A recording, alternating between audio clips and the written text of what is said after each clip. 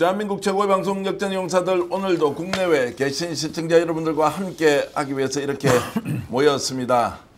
반갑습니다. 그리고 여러분 덕분에 어제 150만 명을 돌파했는데요. 구독자가 150만 명이 되었다. 너무 감사드립니다. 가장 먼저 이상호 기자께서 150만 돌파 축하한다고 보내주셨는데, 제가 준비한 영상인데 그것은 잠시 후에 보내드리도록 하고 제작진 좀 준비 좀 해주시고요. 자, 오늘 역전용사들, 우와, 지금 박찬대 민주당 당대표 후보가 잠시 후 8시 30분에 직접 출연하시는데요. 그 전에 오늘 저와 함께 역전의 용사, 세상을 역전시킬 두 분 소개하겠습니다. 고발뉴스 대표 이상호 기자, 어서 오십시오. 네, 안녕하십니까. 어서 오십시오. 반갑습니다. 요즘 건강관리 잘하고 계시죠? 네, 요즘 더워가지고 많이들 고생하시고 계신데, 그래요? 건강관리 각별하게 좀 유념하시고. 예, 완전히 MBC다운 멘트입니다. 요즘 MBC한테 공문 받아가 제가 엄청 지금 머리가 좀 아픈데, 자, 또 한 분, 신용환 교수님 어서 오십시오. 네, 안녕하세요. 신용환입니다. 아유, 반갑습니다. 반갑습니다. 오늘 2,300분이나 벌써 들어오셨는데, 오늘 이렇게 달리면 박찬대 원내대표가 나올 때는 한 15,000명?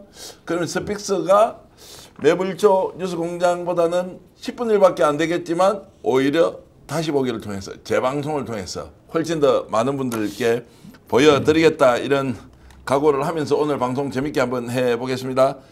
자, 바로 우리가 30분 안에 달려야 하는 것이 있기 때문에 먼저 오늘 핵심적인 주제 다뤄보겠습니다. 내란 특검에서 서울구치소 그냥 두지 않겠다라고 했는데, 구체적으로 조질 방법이 있습니까? 어떻게 합니까? 윤석열 지금 인지도 안 된다라고 해버렸는데, 구치소를 구체적으로 그냥 조진다 하는 개념으로. 제가 이제 조진다는 표현은 특검에서 하는 이야기가 아니고, 제가 이제 구치소 가만히 있지 않겠다라고 했는데, 그게 어떤 내용이냐는 이제 질문드립니다. 실질적으로 구치소의 소장이든 그 직원들을 어떻게 법적 처리하기는 어려울 것 같고요.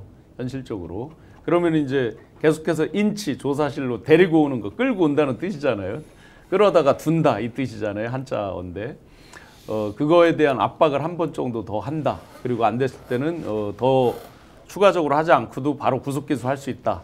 이런 쪽에 이제 여러 압박 수단으로 이야기를 하겠죠. 그래요? 근데 그 직원들에 대한 직접적인 어떤 처분은 어렵지 않을까. 일단은 우리 김경호 변호사님께서 시의적절하게 서울구치소장에 대해서 고발장을 제출하셨어요. 예. 그리고 직권남용죄라고 하는 것이 지금 이 내란 극복 과정에서 우리 시대정신에 부합하지 않는 행위거든요. 명백하게. 그리고 지난 윤석열 정권 때 임명된 구치소장이기 때문에, 더구나 지난번 연어 술파티 이화영 경기부지사 당시에 그런 사안이 있었기 때문에 이 사안에 대해서 고발한다라고 하는 부분, 그 다음에 구치소 교정 공무원들에 대해서 관련 책임자에 대해서 조사할 방침을 밝혔기 때문에 이 사안은 아마 공무원들 입장에서 상당한 압력으로는 다가올 것 같습니다. 실질적으로 사법 처리가 될 가능성이 있느냐에 대해서는 말씀하신 것처럼 약간 논란의 여지는 있겠습니다. 네, 강력한 압박 수단은 되겠죠. 왜냐하면 이제 할 일을 하지 않은 거거든요. 법에는 정해져 있으니까. 법에 정해져 있는 일을 하지 않았거나 못했거나 하는 거니까, 그에 대해서는 당연히 지금 고소 고발한 대로 이제 처리는 해야 되겠죠. 자, 법에 지금 어떻게 되어 있습니까? 그러면 그게 이제 인치해서 협조해야 한다, 이 정도지. 만약 그걸 하지 않은 경우에 당신은 징역 10년에 집행, 처벌 조항까지는 안 찾아봤습니다. 아니, 그러니까 그런 게 이제 일종의 기관과 기관끼리는 권고고 또 협의해서 해야 한다는 것이지. 법률적으로는 이제 협조 공문이 내려간 상태고, 그 협조 공문에 따라서 최대한 협조하게 돼 있는 거죠. 그러면 통상적인 협조라고 하면은 자기들이 할 수 있는 최선의 노력을 다하는 것이 이제 협조에 해당되는 내용일 텐데, 지금 강제로 끌어낸다? 이를테면 이렇게 주목받는 정치인이 아닐 경우에는 팔 뒤로 확 꺾어가지고 끌어낼 수 있겠지.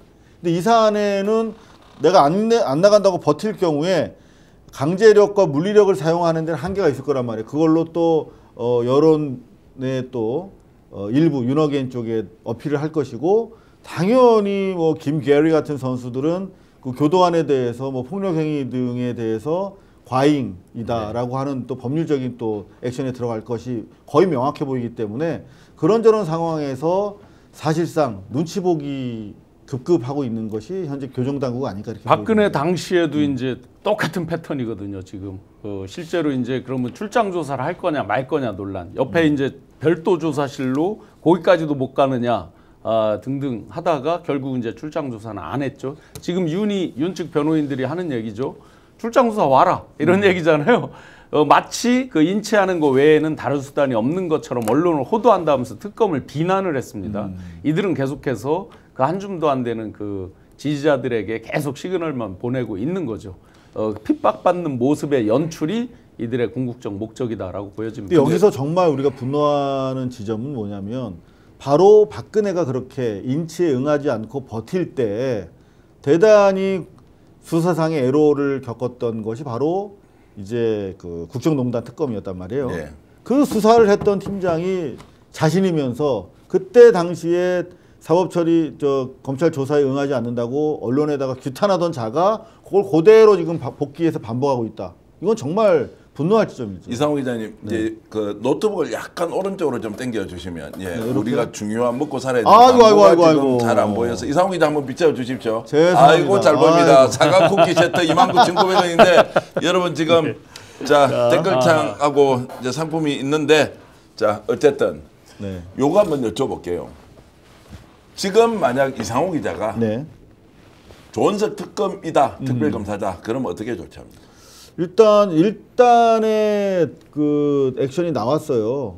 너 그러면은 우리 너 조사 안 하고 바로 그냥 기소해 버릴 거야. 자 그렇게 간다. 응.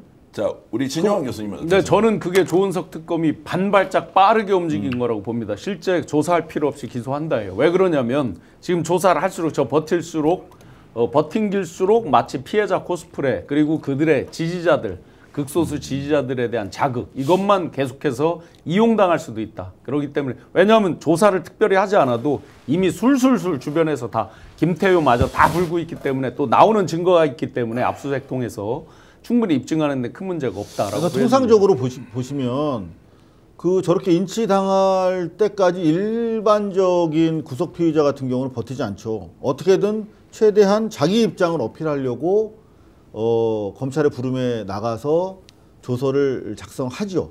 그리고 응하지 않을 경우 자기한테 불이익이 있다는 거 명백하게 아니까 실제로 그게 정상인데 윤석열 같은 경우는 어떻게든 버티겨가지고 지금 검찰이 아니라 국민 일부 지지층을 상대로 지금 정치를 하고 있는 것인데 실제로 저게 지속이 되면 절대 자기한테 불리할 상황이 아니거든요. 어차피 고립시켜 놓고 그 주변에서 확보한 진술 자료 더구나 지금 측근일수록 더 강도 높게 지금 배신하고 있거든요. 절대 유리할 게 없는데 지금 초반 기세 싸움에서 유리한 삿발을 잡기 위해서 버티고 있는데 곧 제가 봤을 때 후회할 거다. 저 후회하지만 그러면은 재판에도 안 나온다? 아니죠. 재판은 안 나갈 수가 없죠. 그는 뭐. 그것도 뭐 버팅기는 거지 뭐. 근데 기존에 이제 두 번의 조사에서도 보면 자기 유리한 말만 하고 거짓말을 계속 한 거잖아요. 그래서 네. 그런 측면으로 보면 추가적으로 불러다 조사를 한다 한들 보나마나 자기 주장만 반복할 것이고 헛소리만 할 거다. 그렇게 보면 조사의 의미도 별로 없을 수도 있겠다. 그런데 이제 재판은 완전히 달라지겠죠. 물론 사형 아닌 무기징역이다라는 걸 본인도 알고 있기 때문에 뭐 이판사판이다 이러나 저러나 그냥 그럴 수는 있지만 그래도 마지막 발버둥 재판정에 안 나갔을 때 진짜 여러 중형들 또 여러 사법적으로 더 가해지는 불이익 이런 것들은 생각은 하겠죠. 근데 조은석 특검이 지금 이제 국민들의 일반적인 마음을 좀 이해하면 자 수사관들 보내가지고 일단 현장 조사도 시도해보고 두 번째는 자 체포영장 다시 받는 거예요. 가서 체포 시도하는 거예요. 인체하라라고 해서 이제 버티면서 진짜 윤석열을 어떤 식으로든 죄수복 입은 상태에서 데리고 나와가지고 서울고검 거기 특검 사무실에서 앉혀가지고 조사하는 이런 것들을 쇼가 아니고 이 사람이 지금 법을 가장 악랄하게 무시하는 사람 아닌가요? 이런 걸 보여줄 필요가 있진 않나요? 실제로 아마 그 부분이 가장 고심하는 지점일 것 같아요. 그러니까 이 기세라고 하는 게 꺾어내느냐 아니면 못 꺾느냐의 문제인데 실제로 조특검 경우에 저는 수가 앞서나가고 있다라고 저는 판단하거든요. 왜냐하면 지금 상황에서 가서 조사를 한다. 옛날 콜검처럼 뭐 달라진 게 뭐 있습니까? 특검이 출범했는데 가가지고 가서 조사를 하고 와. 근데 실효적으로 조사를 받으러 가서 의미 있는 진술을 받을 가능성도 거의 없어요. 그런데 우리가 가가지고 굽혀? 이거는 기세 싸움에서 이거는 아니다라고 판단한 것으로 보이고, 너 그럼 하지 마. 어차피 너는 구속 피의자고 이미 법원이 너의 구속을 인정한 상황은 이미 불리하게 돌아가고 있는 판인데, 너 지금 조사 안 받고 있는 것도 이거는 다 법관들에게 대단히 좀 불리한 정황을 제공하고 있는 거야. 이건 다 안단 말이야. 그런데 우리가 구태여 가서 네 액션에 맞춰서 춤을 춰준다? 안 한다라고 사실상 그 우위에서 더 고도의 전술을 쓰고 있는 것이다, 이렇게 생각이 듭니다. 이미 국민들 그 여론 자체가 지금 이런 오만방자한 모습들, 법 위에 군림하는 것 같은 모습들을 통해서 이미 심판 판결은 국민들 마음속의 판결은 다 나와 있다고 봅니다. 그렇다고 보면 지금 어떤 행동을 하든지 간에 다 이 사법적 잣대, 이 부분은 또 별개의 건이지만 조은석 특검이 그런 부분을 여론과 실질적으로 실효성을 거둘 수 있는 부분을 다 고려했다라고 생각을 하고요. 만약에 지금 불구속 상태다 그러면 상당히 심각한 상황이죠. 그렇죠. 네. 그렇다 그러면 얘기가 다르죠. 이미 꼬린시켜놓은 상황이기 때문에 아쉬울 거 하나도 없다. 그래서 우리 제가 또- 입장에서 기분은 나쁘지만. 국민들도 그러면 지금 이제 꼬린 시켜놨으니까 네. 뭐 지가 버티든 말든 특검에서 굳이 무리하게 가서 인치를 시킨다 또는 강제로 이렇게 좀 뭔가 강제로 이렇게 구인을 한다 이렇게 할 필요가 없다고 엊그제 이제 양해를 해주는 겁니까? 국민들은 어떻습니까? 엊그제 이제 모스탄이니 윤어게인 당인이 이제 자기들이 계속 빌드업하는 것들이 있잖아요. 예. 그런데다가 괜히 밥숟가락 얹어주듯이 그들이 뭔가를 빌미를 만들어줄 필요는 전혀 없다고 생각을 하고요. 거꾸로 농담드리면 야, 저 에어컨 빵빵 틀어줄게. 그리고 저 소주에 고기 저거 해줄게. 농담입니다만 다른 방식으로 약 올리듯이 뭘 하는 게 오히려 나을 수도 있겠다는 생각이 듭니다. 영지건과 관련해서는 자 오늘 보도에 윤석열, 김건희 예금만 56억 원이 있습니다. 그런데 영지금이 없어서 400만 원을 이제 모았단 말이죠. 지금도 이제 계좌 공개를 하고 있으니까 400만 원이 넘으면 더 모을 수는 없는 건 알고 계시죠. 자 이렇게 하는데 이게 지금 윤석열 작품이냐 김계리 작품이냐 뭐 이런저런 이야기가 많은데 이상욱이다 어떻게 보세요? 저는 제3의 인물의 작품일 가능성이 있다. 아 그래요? 실제로 돈이 없을 수도 있다고 생각해요. 실제로 돈이 없을 수 있죠. 김건희가 안 풀어줘서. 예. 김건희가 모든 사실은 주도권, 집안 경제 주도권도 김건희가 가지고 있고 실제로 2천만 원, 3천만 원밖에 없는 노총각을 자기가 데려다가 결혼해 줬다라고 얘기하지 않습니까? 그 부분에 대해서는 사실 결혼 이후에 윤석열이 조성한 가계 자금이 있나? 술 처마시느라고. 저는 김건희가 자기 변론을 위해서 사실 막대한 변호사비가 필요한 건 사실이거든요. 그러니까 어차피 뭐 윤석열은 들어가서 나오기 어려운 상황으로 보고 나라도 살자라고 해서 현명하게 윤석열에 대한 지원을 현명하다는 말씀 취소하겠습니다. 자기 생각으로 윤석열에 대한 지원을 실제로 취소해서 윤석열이 상당히 좀 공공한 입장에 처해 있을 수도 있겠다 이런 생각도 해봅니다. 소위 말해서 이제 밀어빵, 몰어빵이라고 표현하잖아요. 한 사람한테 다 몰아서 이제 뒤집어 쓰고 가라. 그러면 이들이 패밀리 비즈니스라고 그랬고 비즈니스 공동체라는 말이 이미 이제 전 국민적으로 다 알 정도가 됐습니다. 그럼 빛의 속도로 손절한다. 누구까지? 김건희까지 전 손절한다고 봅니다. 왜냐하면 지금 사형 무기징역 나왔단 말이죠. 그럼 뻔하단 말이죠. 다른 사람들이 다 술술 드는 이유도 거기에 있잖아요. 이미 결론을 거의 알기 때문에 저 사람들한테 이제 더 이상 밉보일 것도 없고 저 사람들이 우리한테 나쁘게 할 것도 없다라고 생각하기 때문에 김태호 같은 사람도 다 이제 엎어신단 말이죠. 그럼 그 정점에 있는 김건희 다 남편이 했어요. 저 사람이 했어요. 할 수 있는 거죠. 그러니까 빛의 속도로 손절치는 건 엊그제부터 구속되는 당시부터 이미 시작된 거 아니냐. 궁극적으로 극단적으로 보면 그렇고 당연히 제가 이제 변호인들 움직임을 보시면 그날 최지우 변호사가 거의 김건희 전담하듯이 했는데 두 번째 윤석열 할 때 가더란 말이죠. 그러면 그거 왜 갔을까? 변호를 같이 해주기 위해서 갔을까? 저 그렇게 생각지는 않아요. 뭐냐면 내란 특검 3가지 특검에 다 얻어 걸리는 게 김건희란 말이죠. 그러면 내란 특검에서 분위기가 어떤가? 어떻게 조사하나? 이런 것들을 보면서 결국 자기 방어적 기재 그런 측면이 훨씬 강할 수 있겠다. 자 윤석열을 떼내면 최은순, 김건희, 김진우는 다 삽니까? 괜찮아요? 뭐 괜찮지 않죠. 개별로도 제가 있으니까 당연히. 네. 자 윤석열이 그러면은 자 실제 지휘자는 또는 배우는 본인의 배우자였다. 배우가 배우자다. 최은순이다. 이렇게 진술할 가능성이 조금이라도 있습니까? 윤석열이 스스로 해가지고 야 공지부 그거 봐줘 이렇게 안 했을 거면 요청이 들어왔을 거 아니에요. 자 도이치모터스 주가 조작 봐주라. 이것도 누군가 부탁을 받지 않았겠습니까? 삼부토건 주가 조작 이거 윤석열인데 야 조작해 먹어 이렇게 하지 않았을 거 아니에요. 네, 그 배우가 명백하게 존재할 것인데. 근데 제가 봤을 때는 애매한 상황도 분명히 있을 거야. 윤석열이 배후에 있는 걸 보고 김건희를 도와준 사람들이 저는 대부분일 거라고 생각해요. 예.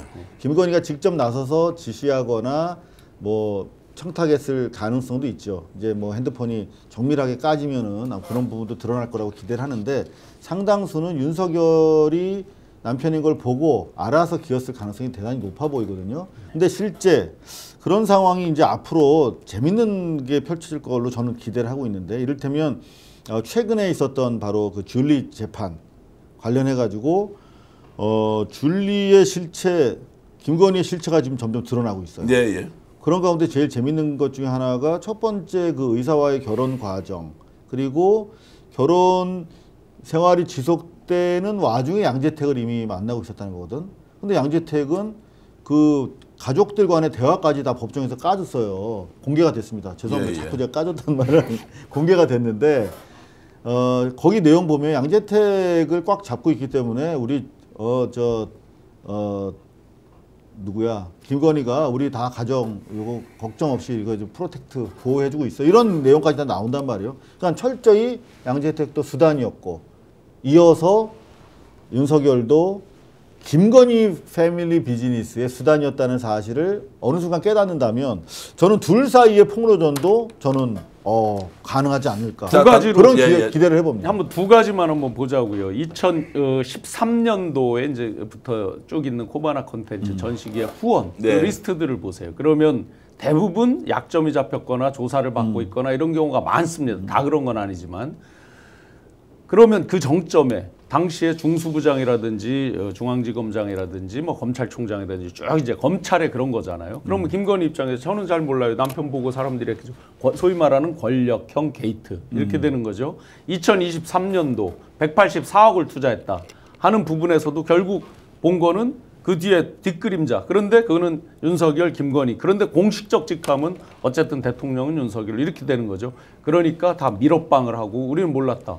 라고 나올 수도 있는 거죠. 중요한 게 김건희는 법적으로는 민간인이라는 겁니다. 그렇죠. 그 부분을 확실하게 이용하면서 변호 작전을 펴기 위해서 자기 시드머니가 필요하다. 네. 그러면 나는 이거 내가 돈줄 쥐고 있을 거야.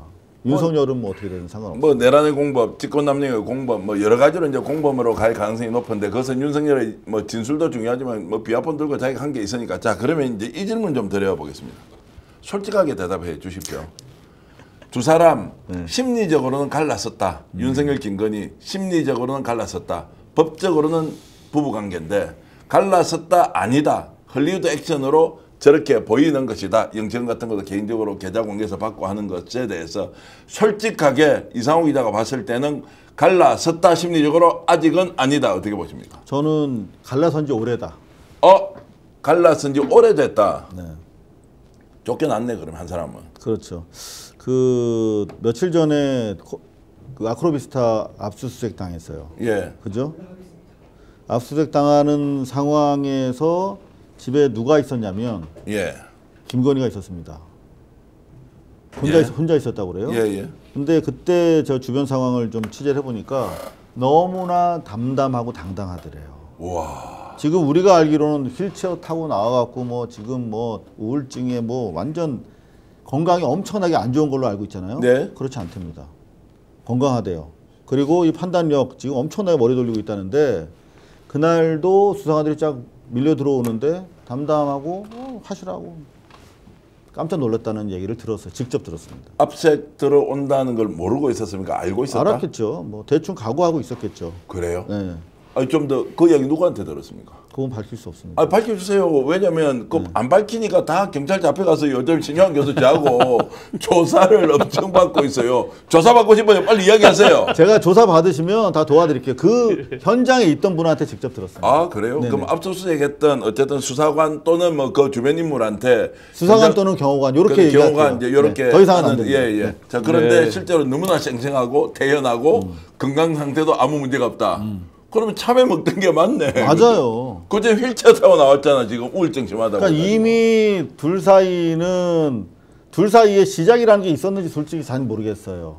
왜냐하면 김건희 씨한테 소위 말하면 남성이라고 하는 존재가 갖는 그 어떤 그 욕망의 화신이 취하는 태도에 대해서 많은 케이스를 통해서 저희가 확인해 봤기 때문에 과연 우리가 생각하는 우리 일상적인 부부관계, 부부 생활을 하는 우리가 생각하는 그런 커플은 아니다라고 하는 게 최소한 팩트고, 그게 뭐 우리가 이해하는 수준의 그런 건 절대 아니었다. 근데 그나마 이게 깨진 게 이제 내란 이후, 그리고 최근 들어서는 사실상 남남인 상태, 원래 상태로 돌아왔다. 이렇게 저는 솔직하게 자, 이제 말씀해 답하라고 주십시오. 그랬는데 예. 솔직하게 할 것도 없어요. 그냥 이미 비즈니스 공동체라고 하고 이익 공동체죠. 갈라선 지 오래됐죠. 왜냐? 이익 공동체는 이익에 따라서 움직입니다. 이익이 없으면 헌신짝 버리듯이 버려지는 거죠.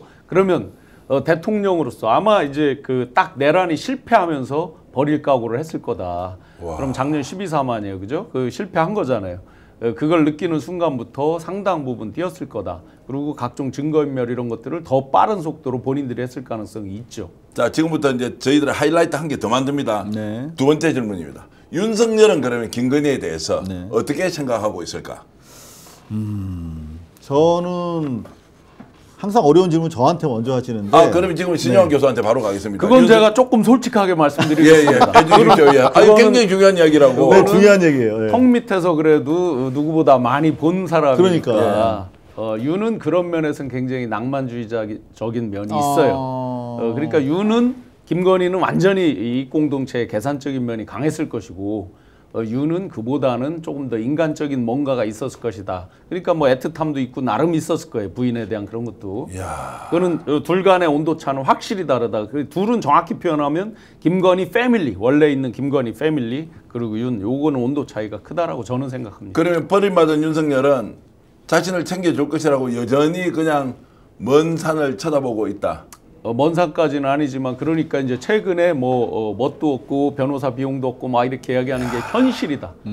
실제로 뭐뭐를 생각했는데 그런 지원이 안 된다라는 이런 생각을 저도 한다라고 짧게 생각합니다. 말씀드리면 그루밍된 남성 피해자들의 사례를 우리가 많이 봤지 않습니까? 취재도 좀 해봤고. 근데 시간이 다소 걸리는데 그루밍 당했던 사안을 깨닫는 순간부터 이제 시작해서 분노가 발생합니다.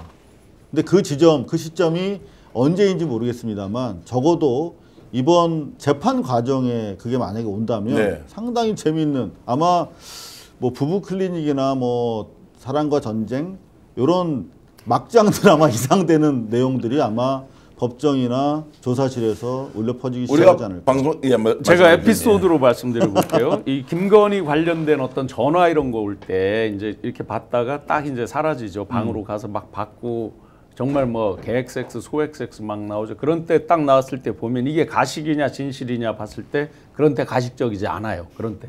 그러니까 김에 대해서 윤이 생각하는 건 꽤 진심으로 있는 맞아요. 것 같고 네네. 거꾸로 김이 윤에 대한 거는 이제 이익 공동체적 관점 그 부분으로 저는 해석을 합니다. 자, 그러면 조금 더 나가 보겠습니다. 이상호 기자님, 네네. 어려운 질문 준비. 일발장전 들어오십시오. 자, 그렇게 네. 하는데 자, 그러면 진짜 폭로전이 벌어질 것이냐 말 것이냐. 자, 김건희 윤석열 버렸다. 윤석열 여전히 김건희 바라기를 하고 있다라는 전제로 보면 이전 투구 방식으로 아예 폭로전 한다. 왜냐하면 실제로 이 내란을 주도한 사람 형식 말고요.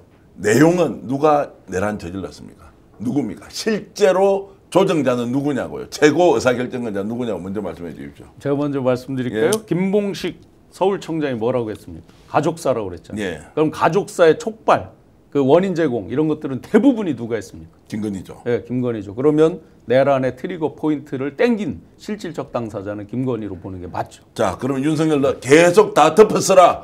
우리는 가족 살아야 되니까 공동정범도 아니야. 라고 이제 이렇게 발뺌을 하면 윤석열 끝까지 다 덮어써 주겠습니까? 제가 이제 창원지검 조사받는 거 그 뒤에 이제 여러 가지 자료 제출하고 쭉 하는 과정, 그 뒤에 이제 내란이 일어나는 과정 한복판에서 쭉 해석해 봤을 때 네.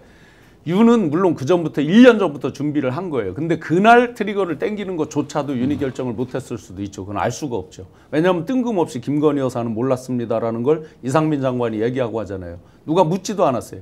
왜 그렇게 답할까? 보호할 최고의 대상, 보호해야만 할 필연적인 사유가 있기 때문에 그렇게 한 거다. 그렇게 보면 윤은 끝까지 자기가 안고 간다 만다도 모르고 계속해서 자기가 뒤집어 쓸 수밖에 없는 구조죠. 재미있는 거는 저는 김건희 특검이 진행되면서 윤석열이 우리 처가 그런 것도 관여했습니까? 네.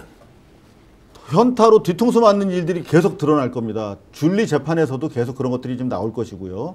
결국 따지고 보면 윤석열이 실제로 취한 이득이 별로 없어요. 이거 뭐 오해의 소지가 있습니다. 이를테면 뭐 양평 고속도로 같은 경우만 해도 결국은 공공지구나 그 금방 그 엄마랑 자기 패밀리 땅 때문에 그런 거 아니겠습니까? 네. 근데 거기 뭐 윤석열 땅이 있다는 얘기는 없잖아요. 윤석열은 김건희한테 우쭈쭈 그 그루밍 당하면서 자기한테 맞지 않는 대통령이라는 옷을 입은 거예요. 그리고 그 옷이 한없이 무겁고 불편했던 자입니다. 실제로 저는 술 마시면서 많이 벗어나고 싶었을 것 같아.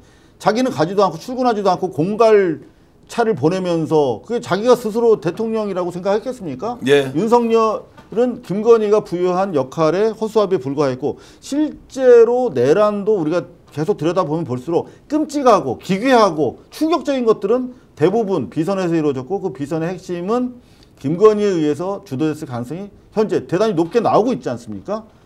윤석열과 김건희 정말 충격적인 드라마는 지금부터다. 에피소드로 하나만 말씀드려 볼게요. 2022년 3월 9일 날 이제 당선이 됐고 3월 10일 날 11일까지도 대통령실을 용산으로 이전한다가 내부적으로 한 번도 논의된 적이 없었어요.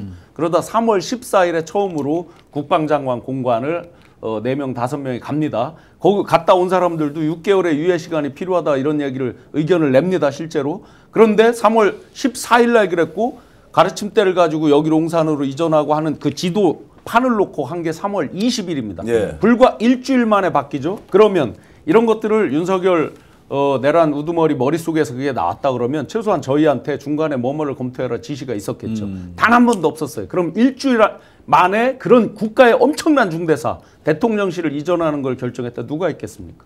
김건희. 네. 아니 그래서 이제 실제로 재판이 진행되던 특정한 이벤트가 생기면 윤석열이 뭔가 이야기를 많이 하지 않겠느냐라는 건데 이 문제 일단 제기하고요.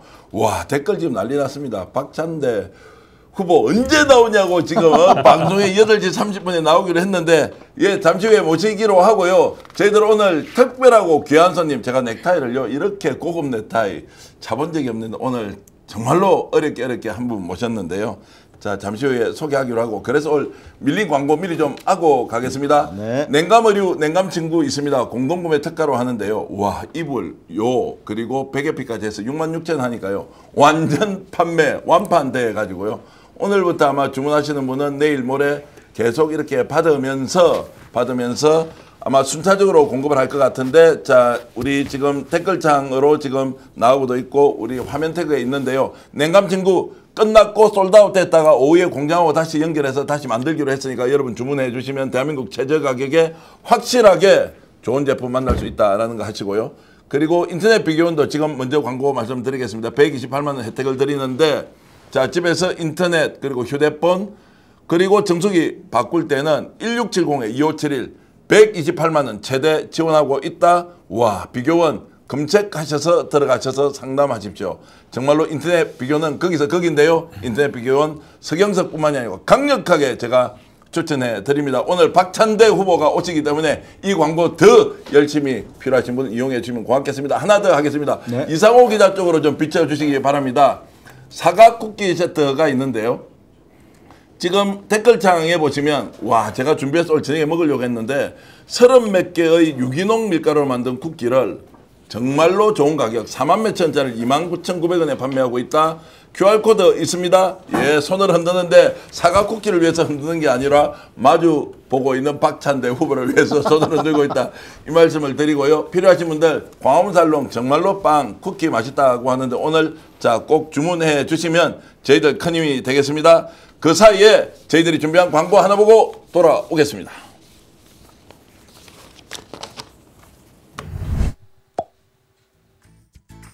연일 폭염입니다. 어젯밤 잘 지내셨습니까? 오늘 여러분들이 시원하게 주무실 수 있는 강력한 냉감 제품 소개해드리러 왔습니다. 코티마라는 브랜드는 겉에 코팅하는 코팅제가 아닙니다. 원단 자체가 아예 냉감 원단으로 만든 것인데 국내 최고의 기술력을 자랑합니다. 냉감 이불, 냉감 패드, 냉감 베개 커버를 우와 66,000에 택배 포함해서 드리는 것 가격 비교해 주십시오. 자신 있습니다. 제가 직접 써보니까요. 우와 이렇게 상쾌하게 좋은 이불을 덮을 수 있다. 깜짝 놀랐습니다. 간밤에 너무 시원하게 잘 잤습니다. 에어컨도 끄고. 슈퍼 싱글 사이즈라서 넉넉합니다. 스픽스가 여러분들께 혜택 드리려고 공장과 아예 만들었습니다. 스픽스몰의 공동구매 시리즈 계속됩니다. 3,000세트 한정 판매 곧 마감될 것입니다. 두고 보십시오. 기회 있을 때 여러분 구매하십시오. 광고 보신 대로 열심히 이용해 주시면 고맙겠습니다. 오늘 여러분들 덕분에 150만 명 돌파했는데요. 야 정말로 가는 날이 진짜 생일잔치라고요. 박찬대 당대표 후보 나오셨습니다. 어서 오십시오. 예, 안녕하십니까. 스픽스 150만 돌파하는 날 딱 출연해가지고 예. 굉장히 감동적입니다. 너무 감사합니다. 제가 예. 사실 인터뷰 한번 해보려고 여러 번 연락을 드렸는데 소위 말하면 까였습니다. 그런데 오늘 이렇게 이제 와주셔서 진심으로 감사의 말씀드리고요. 네. 여러분 여쭙고 싶어 있는 질문 다 올려주십시오. 이상호 기자 그리고 우리 신용환 교수님과 함께 정말로 지금 당대표 경선이 어떻게 돌아가고 있는지 제대로 한번 따져봐야 되지 않겠습니까? 후보 누군지 다 아실 테고요. 그리고 실제로 이재명 대통령의 본 마음은 무엇인지 이것도 궁금한데 오늘 제가 꼬치 따져서 한번 여쭤보겠습니다. 예. 자, 지금 질문 제가 먼저 드리겠습니다. 박찬대 후보님. 네. 누가 이기고 있습니까? 정청래 후보, 박찬대 후보 누가 이기고 있습니까? 지금 박찬대가 앞서가고 있는 것 같습니다. 아, 그렇습니까? 네, 저와의 싸움에서 제가 지금 이기고 있습니다. 그렇습니다. 신 교수님 어떻습니까? 실제 단톡을 보면요, 단톡 숫자에서 압도적으로 많습니다. 박찬대 의원 단톡이 모르겠어요. 뭐 딴 데는 또 딴 사람들이 어떤지 모르지만 충청 지역 같은 경우는 의원님들 그런 역량도 있는지 하여튼 단톡 숫자가 굉장히 많습니다. 인터넷 처음 정치 시작하실 때 정말로 남들이 일반적으로 경험하지 못하는 후보에서 탈락해버리고 근데 포기하지 않고 그 후보를 밀어주고 또다시 또 출마했는데 또 공천을 못 받고 또 그 후보를 밀어주고 해서 정말로 삼전사기하면서 정치를 시작했을 때 정치의 신의가 무엇이냐 의리가 무엇이냐 이런 것들을 모범적으로 보여주신 분인데 그러면 산전수전 다 겪어보셨지 않습니까? 사실 초반에 한 4년 정도 시행착오가 있기는 했는데요. 19대 때 처음 출마했다가 지금 말씀하신 대로 컷오프가 됐습니다. 2011년 말에 민주통합당이 만들어지면서 국민한테 뭐라고 약속했냐면 공천권을 국민에게 돌려주겠다. 오픈 프라이머리를 약속을 했거든요. 그때 윤상현 지역구에 제가 출마를 했습니다. 2012년 1월 3일 그때 입당해가지고 두 달 있다가 2월 29일 날 바로 컷오프 됐던 경험이 있는데요. 그때 그 공천과 관련해서 사실 내부 분란이 좀 있었습니다. 일부 사람들이 탈당을 해서 뭐 당사를 점거하고 막 데모했던 그 와중 속에서 사실 저도 공천권을 국민에게 주겠다는 약속을 믿고 사실 입당을 했고 그리고 그거를 기초로 해서 경선을 기대했는데 경선조차 하지 못하고 컷오프 됐을 때 사실상 상당한 실망이 있었지만 저를 한번 돌이켜 본 것 같아요. 민주당에 내가 권리가 있는가? 물론 약속을 지키지 않은 부분에 대한 섭섭함은 있었지만 내가 민주당이 나한테 공천 주지 않거나 기회를 주지 않은 부분에 대해서 내가 한번 점검해 봐야겠다 해서 그때 한번 그냥 당을 따랐던 그 결정이 바로 그 다음 총선에 더 어려운 지역구에서 당선되는 그런 결과가 나와서 자신 있게 이 공천과 관련해서 큰 틀에서 자기의 기대에 채워지지 않는다 하더라도 인내하는 사람한테 더 큰 성과가 오는 경우가 있더라. 나는 그랬다. 이렇게 이야기를 하고 있습니다. 자, 그래서 이제 상대 후보를 열렬히 선거운동을 해주거든요. 와, 그 장면을 보고 역시 박찬대 이제 정치인이 중앙정치 무대에 봤을 때 정말로 신이 있고 신뢰할 만한 분이다 이제 이렇게 했는데 자, 그런 경험들을 종합적으로 봤을 때 솔직하게 좀 이야기해 주십시오. 이번에 그래서 당대표 경선해서 네. 이길 것 같습니까? 질 것 같습니까? 물론 이제 한 달이 아니고 한 보름 이상 남았기 때문에 결과는 모르지만 이길 것 같습니까? 질 것 같습니까? 솔직히. 질 수는 있지만 저는 이길 거라고 생각합니다. 그렇습니까? 네. 왜 그렇습니까? 일단은 아직 이제 여론조사에서 보게 되면 좀 밀리는 느낌이 좀 없지 않아 있는데 사실 준비 기간과 출마가 좀 적어서 정치 고관여층과 우리 동료 의원들 주변의 현장의 분위기를 보게 되면 지금 이재명 정부의 원팀을 이루어서 이재명 정부 성공을 도울 실력이 검증되어 있고 경험한 후보는 박찬대다라고 하는 인식이 널리 퍼져 있다. 이런 생각이 들어서 남아있는 2주 넘는 기간, 한 20일 정도의 기간을 충분히 노력을 하게 되면 충분히 이길 수 있다. 이렇게 판단합니다. 작년에 이제 제가 인재영역이 왔을 때 지방까지 이렇게 일일이 다니시면서 영입 인재들에 대해서 섬세하게 케어해 주시고 좋은 말씀 이렇게 세부적으로 해 주시고 하는 거에 굉장히 감동을 받았거든요. 그런 제가 느낀 거는 이제 섬김의 리더십 이런 모습을 굉장히 많이 봤는데 또 그 이면에 너무 부드럽고 섬세하고 이래서 아주 당찬대라고 지금 주로 이제 단톡방이 앞에 시작하는 게 당찬대로 많이 시작하더라고요. 예. 그런 부분은 좀 약한 거 아니냐 이제 이런 또 이야기를 하는 분들도 있거든요. 그 부분 한번 어떻게? 그것은 이제 저에 대한 그 외형 또는 외모에 대한 이미지 때문에라고 생각을 하는데요. 5월 3일 날 원내대표가 돼서 12월 3일 날 불법 계엄이 터질 때까지 각종 민생 법안, 개혁 입법 법안, 그 다음에 탄핵안, 특검안 그 번번이 거부권을 돌파하지 못해서 계속 좌절할 수 있었지만 한 번도 포기하지 않고 아주 정말 당차게 밀어붙였었거든요. 물론 거듭되는 뭐 특검이라든가 또 거듭되는 탄핵안에 대해서 당내에 이견이 있거나 반대 의견이 없었던 것은 아닙니다. 그때그때마다 의총을 열어서 분명하게 함께 의견을 모아서 진행했던 그 부분들이 있었기 때문에 실질적으로는 외모하고 다르게 야멸찬대라는 소리도 많이 들었고요. 그리고 또 국힘당하고 처음에 원내대표가 돼서 했던 첫 번째 싸움이 뭐였냐면 원구성 싸움이었습니다. 그때 과거의 문법에 의하면 국회의장이 민주당이라면 그러면 법사위원장은 국힘당으로 줘야 된다. 또 법사위원장을 민주당이 한다라고 하면 운영위원장은 국힘당에다 줘야 된다. 아니면 과방위를 줘야 된다. 문체위를 줘야 된다. 행안위를 줘야 된다. 이러저러한 주고받는 거래와 같은 그런 협상이나 타협이 있었는데요. 저는 무도한 윤석열 정권을 입법부로서 분명하게 견제하고 균형을 잡아나가기 위해서는 꼭 필요한 상임위는 우리가 가져와야 되겠다. 그래서 그때 서로 딱 붙었을 때 나왔던 게 뭐냐면 운영위, 법사위, 과방위는 우리는 셋 다 우리가 확보해야겠다 그랬고 국힘당도 3개를 다 확보하겠다고 해서 팽팽하게 서로 맞섰습니다. 그때 적절하게 거래하지 않고 그렇다면 의결로 하자, 투표하자 이렇게 이야기를 했고요. 결국은 3개를 다 우리가 가져왔습니다. 저는 거기서 한 발 더 나가서 18개 상임위도 전적인 정치적 책임을 지고 다수당이 가져오는 방법 지금 고려할 때가 됐다. 언젠가부터는 의석수에 따라서 나누기도 했지만 완전한 정치적 책임을 지고 국회 다수당이 전체 상임위를 이렇게 운영해 보는 것도 나는 맞다 이렇게 생각을 했는데 그거를 마지막까지 밀어붙이지 못한 약간의 아쉬움이 있습니다. 네. 만약에 우리가 1년 뒤에 조기 대선을 통해서 여당이 될 거는 그때는 예상하지 못했지만 그때 관철했다면 여당이 된 민주당이 기재위도 정무위도 산재위도 우리가 할 수 있지 않았겠습니까? 그래서 제가 5월 3일부터 6월 13일 동안 1년 1개월 열흘 동안 원내대표를 하면서 모든 원내 전략에 큰 대과 없이 실수 없이 실패 없이 다 관철했는데 한 가지 아쉬움이 남는 것은 뭐냐면 그때 과거의 문법이라든가 관례를 뛰어넘어서 정치적 책임을 온전히 지고 18개 상임위를 다 가져오지 못한 부분은 좀 아쉬움이 있습니다. 자, 제가 이제 좀 솔직하게 정치니까 좀 어려운 질문 좀 드려도 되겠지요?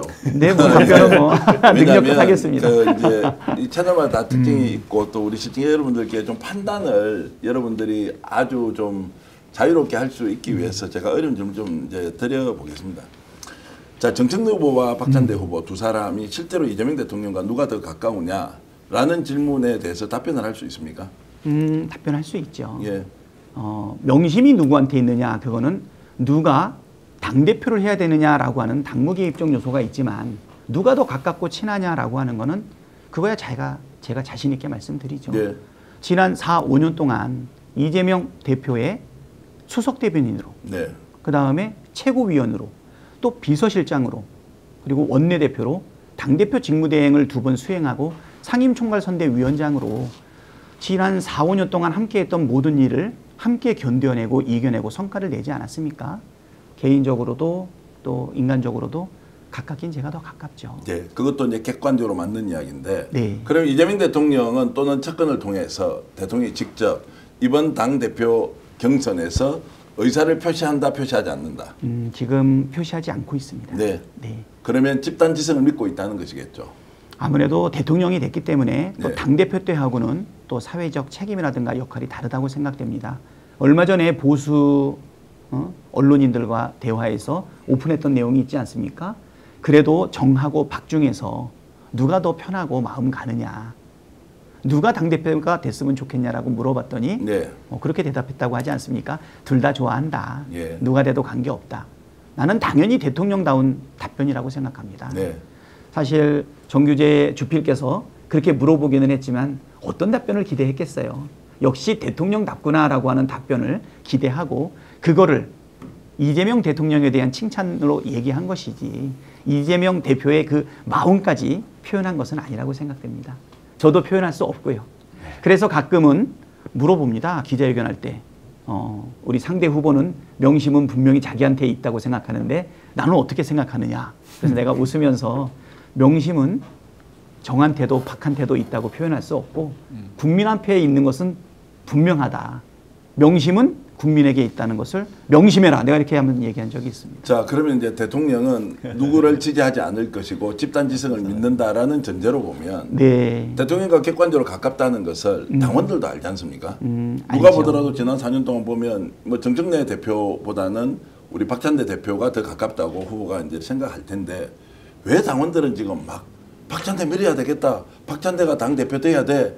라고 하면서 몰표 또는 이렇게 압도적 지지가 나오지 않는 이유 솔직하게 한 말씀 한번 해봐 주십시오. 사실은 뭐 정청래 우리 전 법사위원장의 전략도 좀 먹히는 것 같아요. 진감인가 하는 상태에서 명심은 분명히 나한테 있다라고 얘기했던 그 부분이 네. 영향을 미치는 부분도 있고 또 한편으로는 우리 정청래 법사위원장이 법사위원장으로 충분한 역할을 했던 부분에 대한 기대도 같이 있다. 이렇게 보이고 있습니다. 그렇지만 박찬대가 꼭 당대표가 돼야 된다라고 하는 의견도 굉장히 많고요. 네. 그것이 여론에 그대로 다 반영되지 않은 부분도 있지 않겠습니까? 당대표를 뽑는 전체 비율이 여론조사 30%에 당원 대의원 합쳐서 70% 아니겠습니까? 당대표를 뽑는 그 구성의 7대 3이다라고 하는 부분이고 여론조사상으로는 약간의 차이가 있지만 디지털 커뮤니티의 어떤 여론이라든가 또는 정치 고관여층의 여론이라든가 아니면 동료 의원들의 선택이라든가 이런 부분에서는 분명히 제가 압도적인 지지를 받고 있기 때문에 남아있는 이 경선 기간 동안에 얼마나 우리가 집중하느냐에 따라서 결과는 왔다 갔다 할 수 있다. 이렇게 생각이 들고요. 좀 전에 그 사진 하나 올라왔었는데 의원님 혹시 저 사진 기억나십니까? 어떤 제가 오늘 박찬대 의원님 나오신다고 그러니까 어느 분이 저한테 이거 저기 하면 깜짝 놀랄 거라고 말씀하시는데 기억나십니까? 예, 보기는 했어요. 저도 깜짝 놀랐습니다. 그게 언제예요? 저게 제가 초선 막 당선되고 나서 송영길 전 대표가 그때 이제 지방선거에서 떨어지고 예, 20대 국회를 통해서 4선으로 들어왔을 때거든요. 또 우리 인천 정치 선배 아닙니까? 그때 판교 테크노파크 이거를 가서 좀 벤치마킹 하자. 왜냐하면 송영길 대표의 지역에도 계양 테크노파크를 만들고자 하라고 하는 그런 공약이 있었습니다. 그래서 판교의 성공을 계양으로도 한번 가져오자. 같이 가겠느냐? 그래가지고 예, 이재명 그 당시 성남시장과 셋이서 간담회도 하고 사진을 찍었던 내용인데 저게 갑자기 한 10여 년 만에 갑자기 나타나서 저도 깜짝 보내주신 놀랐죠. 분이 10년 된 사진이라고 하면서 저한테 분명히 저게 아마 보내주시더라고요. 2016년 한 6월쯤 될 겁니다. 왜 그러냐면 네. 5월 30일 날 우리가 임기가 시작이 됐는데 바로 갔던 기억이 있거든요. 네. 어떻게 보면 저게 실질적으로 이재명 대통령과 처음 찍은 사진인 것 같아요.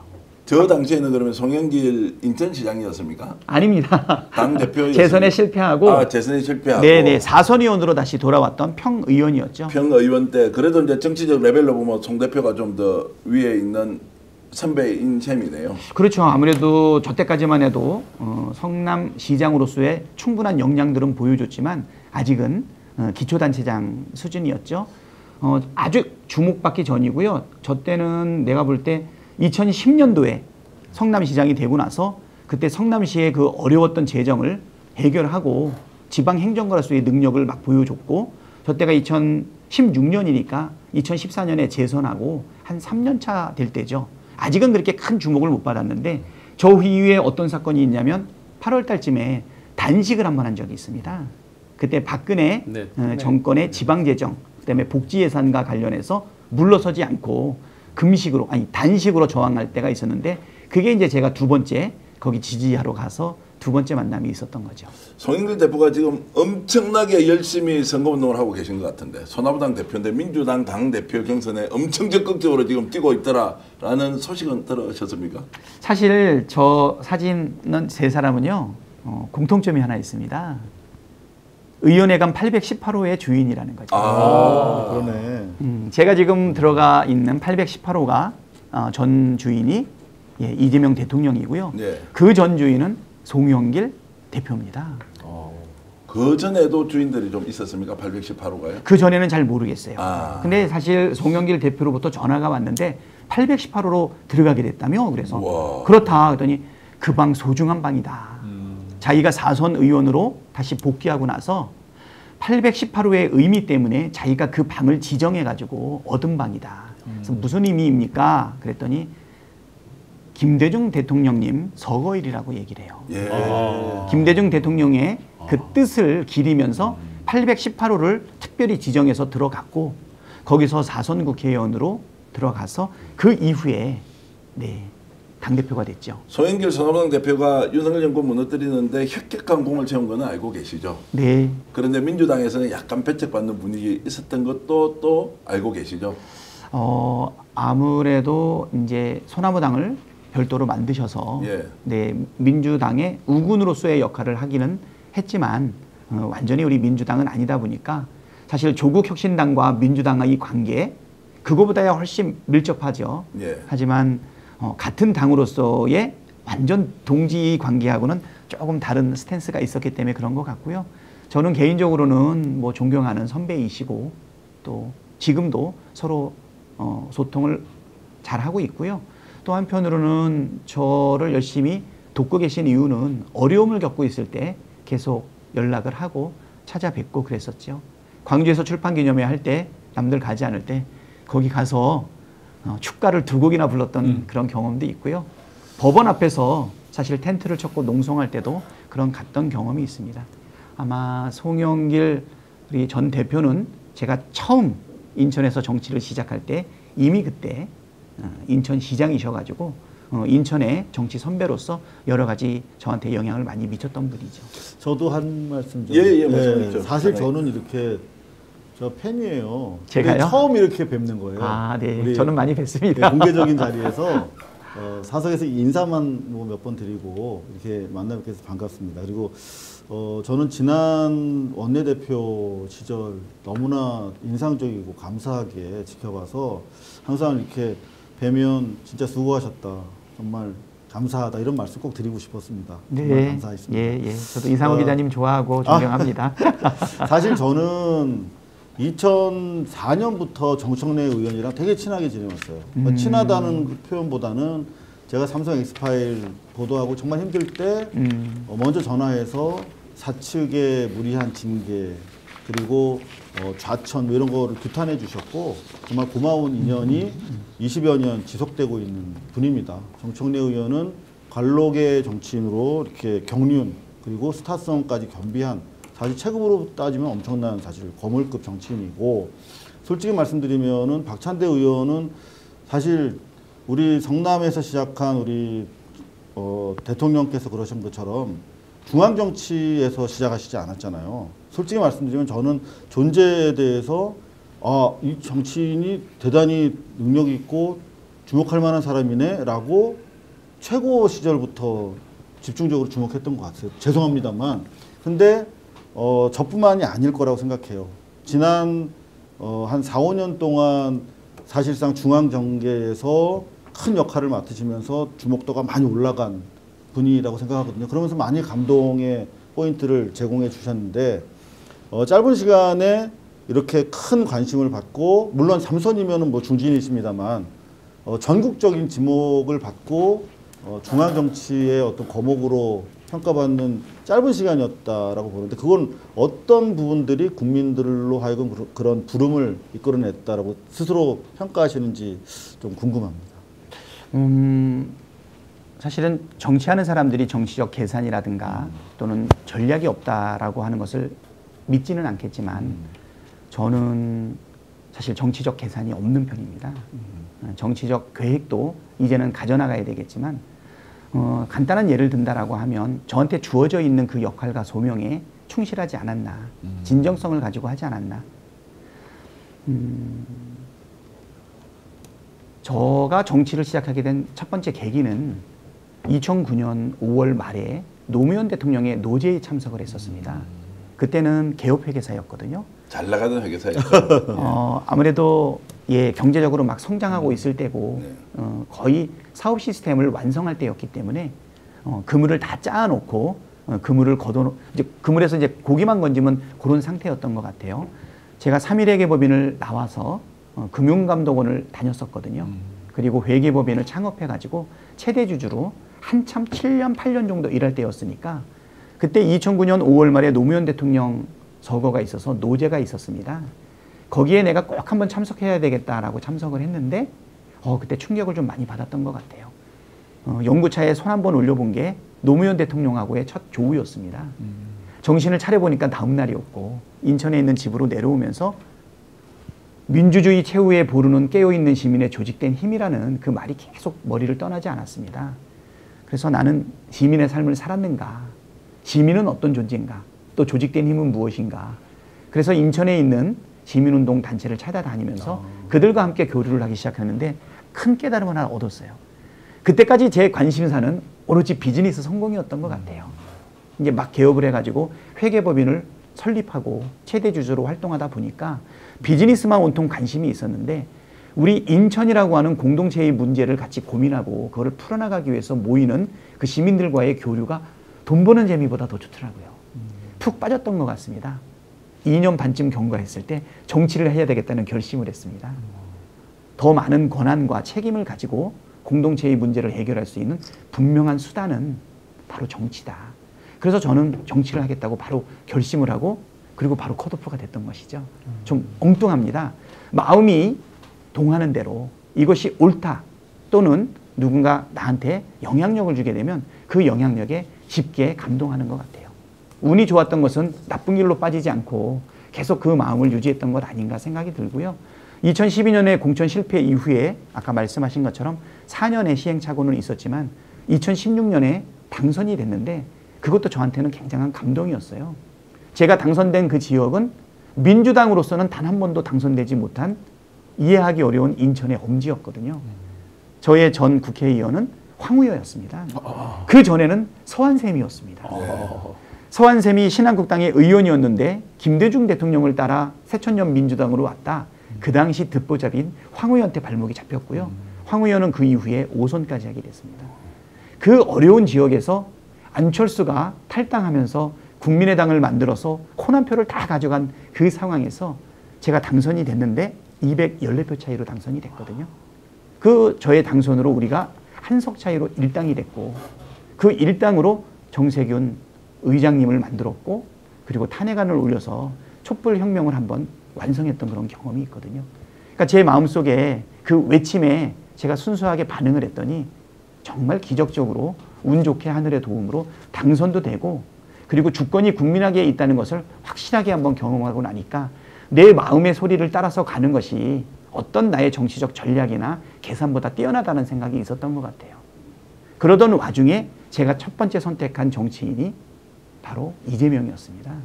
2021년 7월 1일 날 선택을 했고요. 그날부터 5년 동안 아까 말씀드렸듯이 함께 성장해 오지 않았나 그 생각이 들어요. 함께 일해본 분, 국회의원은 이렇게 설명하더라고요.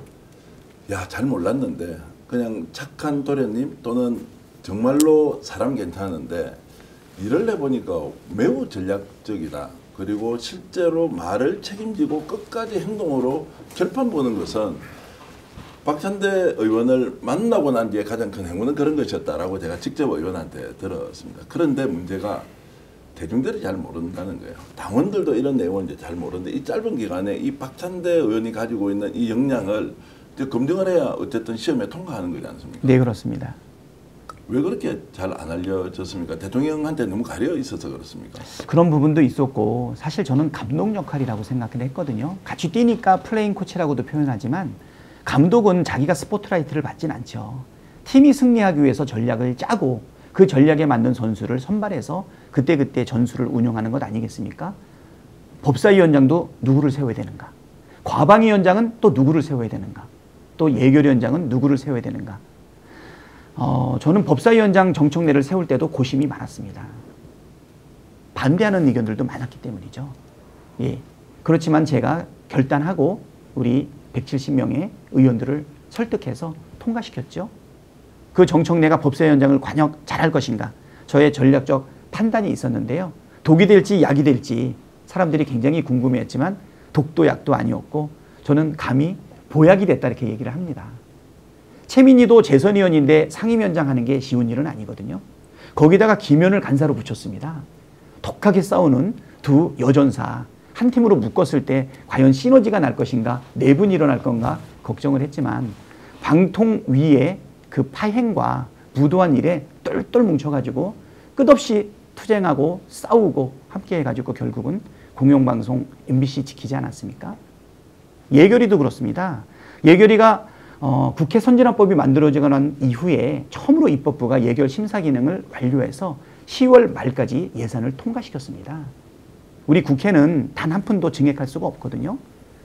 기재부 장관의 동의를 얻지 않는다면 못하기 때문에 그들이 처음에는 우리 민주당의 의원들이 전부 다 자기의 민원 예산을 포기할 수 없을 거다 이렇게 생각을 했어요.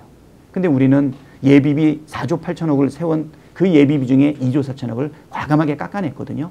너무 잘했던 것이 그 예비비는 비상입법기구 계엄을 대비한 예비비 확보였던 거로 나중에 판단이 됐거든요. 검찰 특활비, 특경비, 대통령실 특활비 이런 것들 입법부의 심사 기능을 무시하고 어떤 증빙도 설명도 없이 무조건 통과를 원했던 것이죠. 그거를 자기들이 우리가 인정해 준다면 우리가 원하는 민원 예산들을 들어주겠다라고 하는 고압적인 자세였는데 170명의 국회의원들 중에서 심지어 예결위원장과 원내대표도 지역 민원 예산을 단 1원도 우리가 주장하지 않았습니다. 처음 있는 일이죠. 170명의 우리 국회의원들이 한마음으로 그거를 받아들였거든요. 우리 이재명 대통령도 그거는 무리라고 생각했나 봅니다. 그래서 쪽지 예산 금물 그리고 우리가 힘을 하나로 모아서 예산을 확실하게 우리 손으로 의결하겠다. 그거 원내대표가 잘못하면 탄핵당하니 당대표인 당신이 하겠다라고 했을 때 제가 간철했거든요. 그렇게 하지 마시라. 그래서 지금 제가 보였던 부분은 드러나지 않았을 뿐이지 함께 일해봤던 우리 170명의 동료 의원들의 대부분은 인식하고 있다고 생각됩니다. 저는 이거를 저를 드러내지 않고 사람들을 적재적소에 세워서 그들의 성공을 도와서 전체의 성공을 이끄는 감독의 역할이라고 생각하고 조심스럽게 얘기하면 서번트 리더십, 섬기는 리더십이라고 생각이 되고요. 그래서 우리가 이번에 똘똘 뭉쳐서 해나가지 않았나 싶습니다. 자, 대통령 옆에 있으면 실무력, 정책 역량 이런 것들이 출중하기 때문에 굉장히 잘 쓸 것 같다. 비서실장을 하거나 실제 총리를 하더라도 원팀으로서는 완벽하겠다는 생각은 듭니다. 아마 시청자 여러분들도 충분히 그렇게 아실 텐데 문제는 이제 당과 정부의 관계를 어떻게 이제 만들어갈 것이냐 이 문제는 당원들이 여전히 이렇게 이제 쳐다보는 것은 대통령이 가는 길에 정청래 당대표가 되면 잘 싸울 거니까 대통령은 대통령대로 가십시오. 우리 완전 국힘하고 막 처절하게 전투해서 국회에서 집권 야당이 어떤 모습을 보여주는지 강력한 리더십으로 제가 끌고 가겠습니다. 요게 하나가 있는 것 같고요.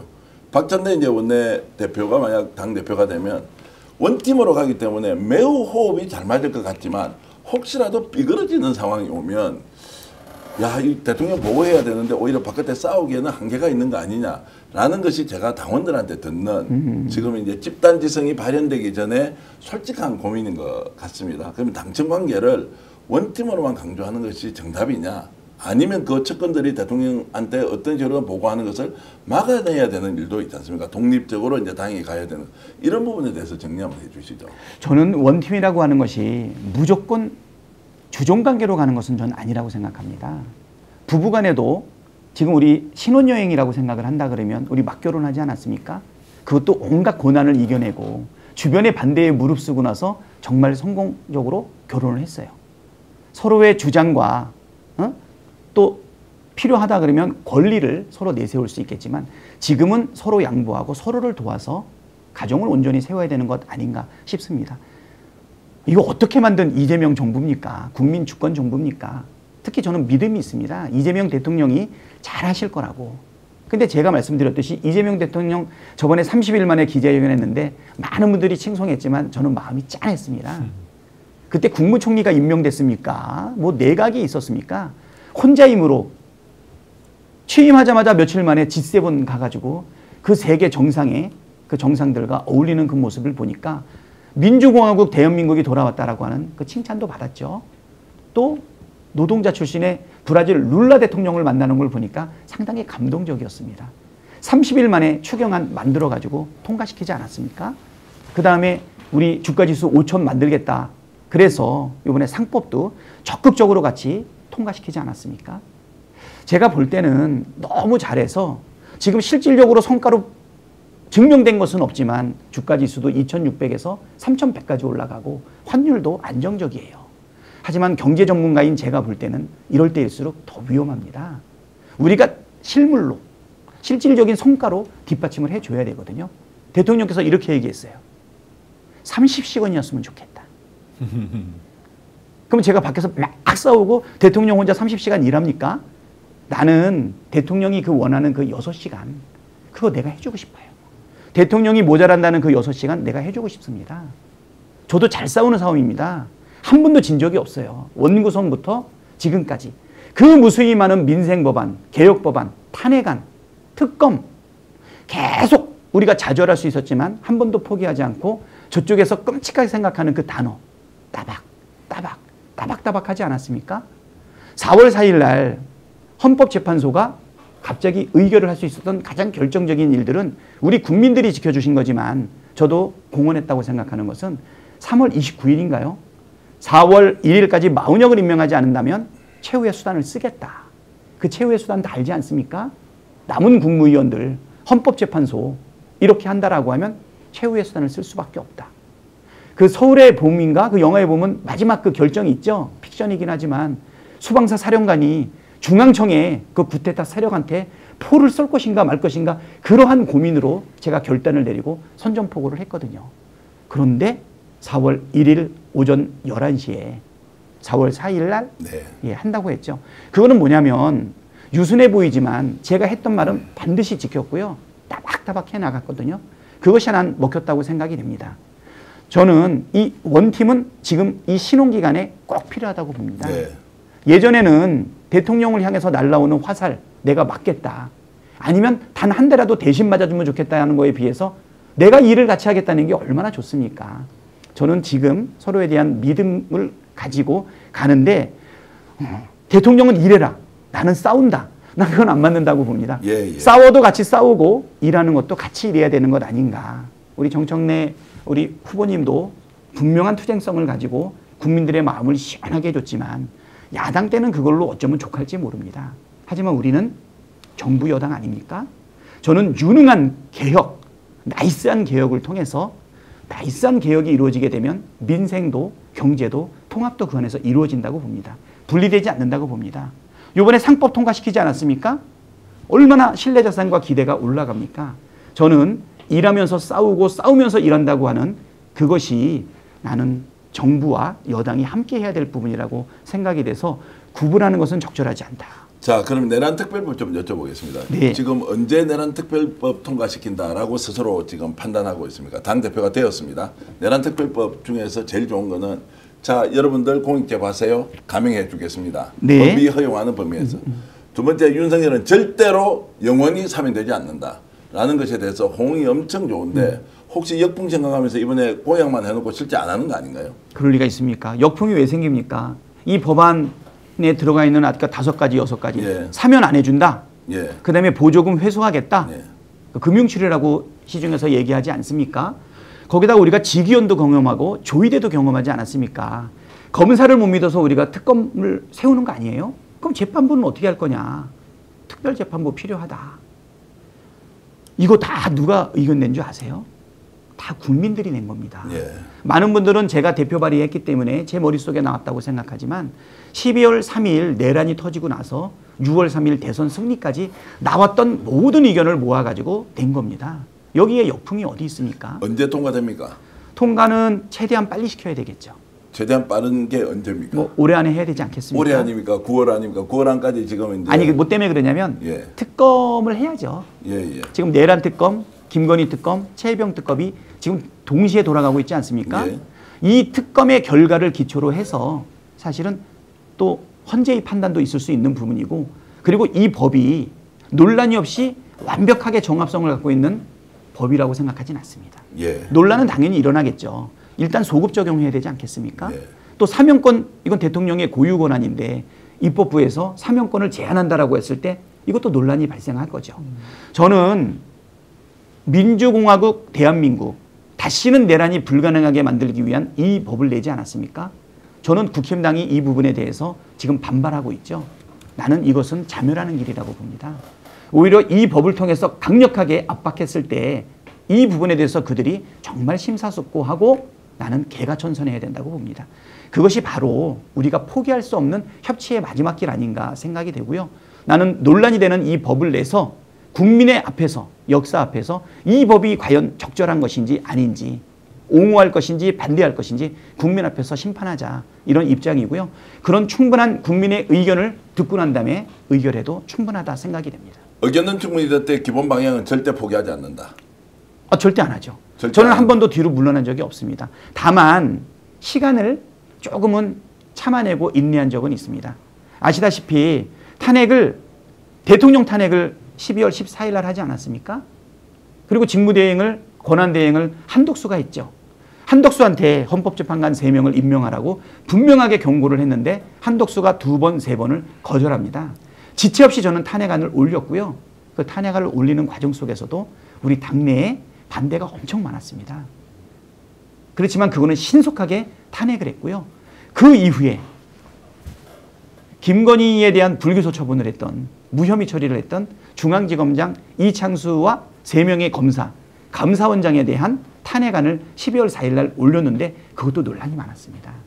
근데 지금 와서 생각을 해보니까 12월 4일 날 3명의 검사와 1명의 감사원장 탄핵안이 있었기 때문에 마침 대기하고 있었던 우리 야당 의원들에 의해서 12월 4일 새벽 1시 1분에 계엄을 해제할 수 있었다. 이렇게 생각이 되거든요. 우리가 미래를 정확하게 예측할 수 없지만 해야 할 옳을 일에 대해서 국민만 믿고 따박따박 해나가면 된다고 생각합니다. 제가 출마 선언할 때 그런 얘기 했던 것 같아요. 중도병 이런 거 있잖아요. 역풍교 이렇게 얘기를 한 적이 있어요. 네. 중도병에 걸리고 역풍교에 빠지면 올바른 유능한 개혁을 할 수 없다. 이런 입장이라 저는 이번에 내란 종식 특별법에 대한 분명한 의지를 가지고 국민과 함께 이거를 이슈화할 겁니다. 지금 한 10만 명 정도가 국민청원에 들어갔는데요. 100만 명이 될 때까지 계속 불을 지필 겁니다. 그 내란 종식 특별법을 하셨을 때 정말 신의 한 수라고 본 게 사실은 사면 복권을 제한하는 거였거든요. 왜 그러냐면 지금 이제 윤석열이 아직도 기대 속에서 뭐가 있냐면 나중에 국힘 등등등 해서 자기를 사면 복권 받을 수 있을 거라는 그 희망 그걸 가지고 이제 불 걸 안 불고 버티고 이런 것도 분명히 있거든요. 그런데 만약에 이 법이 통과됐다 했을 때는 서로 진짜 윤석열이 마지막 헌재에서 얘기했듯이 리바이어든 만인에 대한 추장처럼 서로 막 그냥 그 난타전이 벌어질 걸로 보여져서 만약에 그렇게 되면 특별히 어떤 저 정당해산 심판 청구까지 갈 필요도 없을 정도가 되겠다. 그래서 정말 그건 중요한 조항이다. 저는 그렇게 봤었습니다. 저는 이거는 우리 이재명 대통령하고도 사실은 사전에 얘기했던 중요한 포인트가 있는데 언론에 한 번도 얘기를 안 했었거든요. 2024년 22대 총선 결과가 야당의 압승 아니었습니까? 잠깐 윤석열이 좀 쫄았어요. 잠깐. 그래가지고서 뭐 여야 협치를 하자, 영수회담도 처음으로 한번 하지 않았습니까? 그때만 해도 조금 갈팡질팡했던 것 같아요. 하지만 다시 완고해져서 그냥 정치를 포기하고 밀어붙이는 내용을 보면서 대통령과 제가 그런 얘기를 했습니다. 쟤네들이 아무래도 3년 뒤에 내려올 생각이 없는 것 같다. 그러면 자기들의 비리를 덮고 정권을 유지하고 기득권을 보호하기 위해서 극단적인 방법을 쓸 가능성이 있다. 대통령께서도 자기도 그렇게 생각한다. 우리는 마음의 준비를 해야 된다는 생각을 가지고 있었고요. 그게 이제 24년 10월 달에 국정감사 때 우리 국방위를 중심으로 해가지고 제기되기 시작하지 않았습니까? 하지만 그 부분에 대한 어떤 물증은 없었죠. 우리가 수사기관이 아니니까. 하지만 우리의 연역적 사고와 경험을 통해서 분명히 쟤네들이 내란과 계엄을 준비할 가능성을 충분하게 예측을 했었고요. 대신 민감한 부분이다 보니까 그 의견을 우리 김민석 총리, 그다음에 김병주 의원 정도만 제안해서 이야기를 했었던 것이죠. 여러 번 이야기했기 때문에 막상 12월 3일이 터졌을 때 우리 입장에서는 신속하게 대응할 수 있었다고 생각합니다. 그 얘기가 만연했기 때문에 생각을 해보십시오. 12월 3일 10시 반 정도에 계엄 선포가 터졌는데 2시간 만에 야당만 152명이 모였거든요. 저쪽 당 합치고 해서 190명 정도가 만장일치로 통과시키지 않았습니까? 첫 번째는 우리가 대비하고 있었다는 거고요. 두 번째는 뭐냐면 12월 4일 날 검사와 감사원장 탄핵안이 기다리고 있었기 때문에 지방에 내려가지 않았던 것이죠. 물론 또 그 전에 11월 29일 날 예산안을 통과시켰던 거죠. 나중에 최상목을 통해서 확인했던 내란 특별 지시에 보게 되면 그런 거 있지 않았습니까? 특별 입법기구 대비해서 예비비를 충분히 확보해라 이런 말이 있었기 때문에 저희는 그 부분에 대해서 충분한 대비나 준비는 있었다. 오히려 우리가 너무 몰아붙여가지고 쟤네가 계엄을 일으킨 거 아니냐, 그거는 사실이 아닙니다. 예. 조상우의 매물을 보더라도 1년 이상 준비한 거 아니겠습니까? 네. 우리가 강하게 압박하니까 노마크 찬스 슛을 우리가 허용하지 않은 것이죠. 그렇게 오래 준비됐던 진짜 국방부 장관도 관여하고 육군참모총장도 관여하고 정보사령관도 관여하고 특전사령관도 관여한 완벽한 친위 쿠데타 아닙니까? 근데 그들이 12월 3일 밤 10시 반에 황당하게 했던 부분은 여러 가지 압박이 있었던 것이죠. 예산으로. 그 다음에 또 저기도 있지 않았습니까? 10월 31일 날 제가 직접 터뜨렸던 윤석열 대통령의 육성이 있었지 않습니까? 네. 우리 원내에서 직접 터뜨렸거든요. 우리 원내 대변인을 하고 있었던 노종면. 우리 노종면 의원이 공헌도 많이 했었고요. 제보는 원내대표인 저한테 참 많이 들어왔어요. 일 잘하는, 여기서 이제 노종면 대변인이 가장 위험을 잘 관리하면서 이거를 매니지를 잘할 것 같아서 당연히 노종면 우리 대변인한테 제가 어사인을 했고 결과를 냈었던 부분도 있었고요. 곧 황금폰이 열린다라는 말도 있지 않았습니까? 김건희 특검에 대해서도 재의결을 했을 때 그때 198표까지 갔었던 그런 상황들 여러 가지가 다 모였기 때문에 그들이 사실은 자충수를 쓸 수밖에 없었던 것이고 국민과 함께 내란을 극복하면서 정권 교체까지 이루어졌기 때문에 보이지 않는 아니면 보이는 내 얼굴만 보고서 사실 유순하다라고만 얘기하기에는 그거는 스픽스를 통해서 저 잘 싸운다. 한 번도 진 적이 없다. 단 한 번의 전략 실패도 없었다. 그런 말씀 꼭 드리고 싶습니다. 자, 속도감 있게 좀 질문을 드리겠습니다. 지금 이제 당내 분위기를 보면 국회의원들은 대체로 박찬대 의원을 지지하는 사람, 또 지금 정청래 의원을 지지하는 사람 비율로 보면 판단하시기에 한 몇 대 몇 정도 됩니까? 저는 한 8대2는 되는 것 같아요. 8대2 정도. 실제로 이제 압도적으로 지금 국회의원들은 이 박찬대 의원을 밀고 있는 게 사실이죠. 네, 그렇습니다. 예, 뭐 거기에 대해서는 다른 분 쪽에서도 이제 부인은 하지 않던데. 그런데 이제 의원들이 의원만 미는 게 아니라 어디 SNS에서 보니까 8대2 이상, 저거 9대1까지도 외부에서 생각합니다. 그 김용 예. 전 저 실장님, 예. 뭐 그런 SNS를 본 적도 있어요. 그러니까 유력한 분들이 많이 지지. 자, 그런데 이제 그렇게 이제 당내 분위기는 지금 요즘 민주당 의원들이 굉장히 인기가 좋지 않습니까? 그러면은 뭐 8대2든 7대3이든 박찬대 후보를 밀자는 쪽이 의원들이 많은데 왜 이게 당원들까지 전파가 되고 있지 않느냐라는 부분이 제가 좀 의아스럽더라고요. 자, 당원들에게 직접 지휘를 해서 요즘 하는 건 아니지만 이 국회의원들이 다 그래도 당내 경선을 통해서 당원들 굉장히 소통을 많이 하지 않습니까? 네, 그렇습니다. 그럼 네. 8대2, 7대3 정도 되는데 왜 지금 실제 이제 당원들의 분위기는 8대2, 7대3으로 가지 않느냐라는 부분에서 뭐가 막혔느냐 이게. 사실 당원들만을 대상으로 해가지고 여론조사가 얼마나 정확하게 이루어졌는지 모르겠지만 일반 여론조사의 결과는 사실은 그 정도로 압도적으로 제가 이기지 못하고 있죠. 오히려 예, 조금 예. 추격하고 있는 입장이라는 것도 저도 알고 있는데 일단은 당원들에 대한 정확한 사실은 여론조사가 필요한 것은 사실이다. 네. 그리고 아까도 말씀드렸듯이 여론조사는 30% 아닙니까? 네. 당원들이 대의원 포함해서 70%가 있기 때문에 사실 막상 뚜껑을 열어보게 되면 상당한 지지를 난 받을 거라고 생각이 되고요. 분명하게 말씀드리는 거는 저랑 같이 13개월 10일 동안을 같이 호흡하면서 목숨을 걸고 같이 일해봤던 국회의원들은 분명하게 판단하고 있다는 것이죠. 네. 올해 당대표를 준비했던 상대 후보보다 박찬대에 대한 신뢰가 더 있는 것 아닌가. 특히 저를 지지하고 있는 사람들 보십시오. 개혁에 정말 깃발을 들었던 분 정말 많지 않습니까?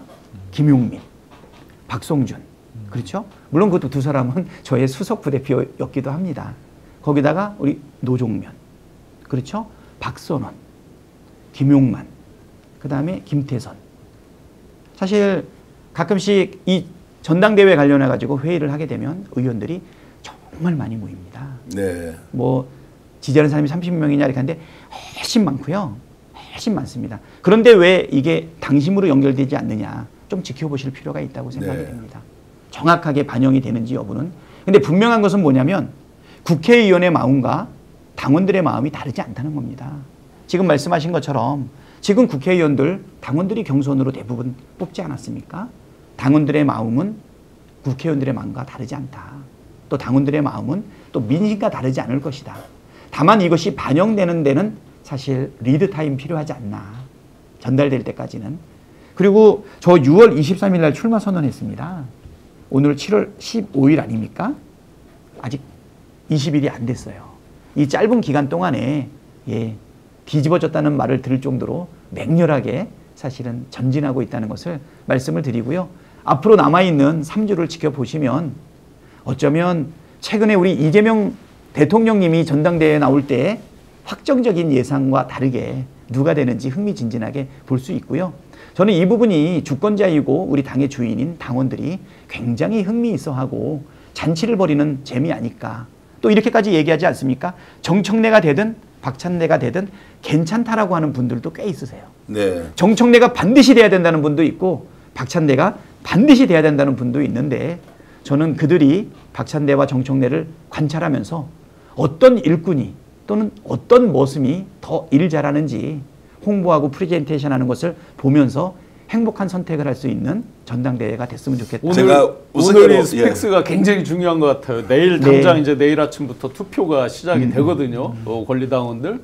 그리고 이제 첫 번째로 이번 토요일 날 이제 충청도에 이제 슈퍼 위크가 계속 이제 진행이 될 텐데. 네, 그렇습니다. 대부분 이렇게 이제 평론들을 하시더라고요. 첫 번째로 충청에서 이기는 사람이 이길 거다. 이렇게 이제 많이들 얘기를 하시더라고요.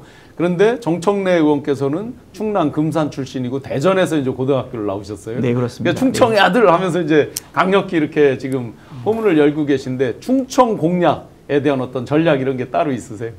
저는 우리 민주당이 실제로 강세를 가지고 있는 지역이 어디입니까? 수도권하고 사실 호남에서 강세를 가지고 있죠. 그런데 지금 우리 국민들의 수준을 보게 되면 앞으로도 벌어질 총선에서 우리가 일당을 유지할 가능성은 조심스럽게 예측이 좀 됩니다. 아주 극단적인 경우가 발생하지 않는다면. 근데 대선은 총선하고 다르게 총선은 300명의 사람을 나눠서 뽑는 거잖아요. 그러니까 대수의 법칙이 어느 정도 적용되는 것 같아요. 상당히 안정되게. 우리가 2016년 이후에 계속 기호 1번을 유지하고 있지 않습니까? 10년째. 그런데 이 대선은 상당한 불확실성을 가지고 있더라고요. 돌발 변수도 있고 후보 한 사람을 딱 놓고 겨루는 거 아니겠습니까? 그래서 우리가 5년 뒤에 반드시 정권 재창출을 하기 위해서는 지금과 같은 구조는 아직 좀 불안하다는 거예요. 저쪽이 내란도 일으키고 후보 바꿔치기 등 갖가지 파행과 정말 황당한 일들을 벌였음에도 불구하고 저쪽 후보가 41%를 받았어요. 이준석까지 합치게 되면 우리 득표율보다 높지 않습니까?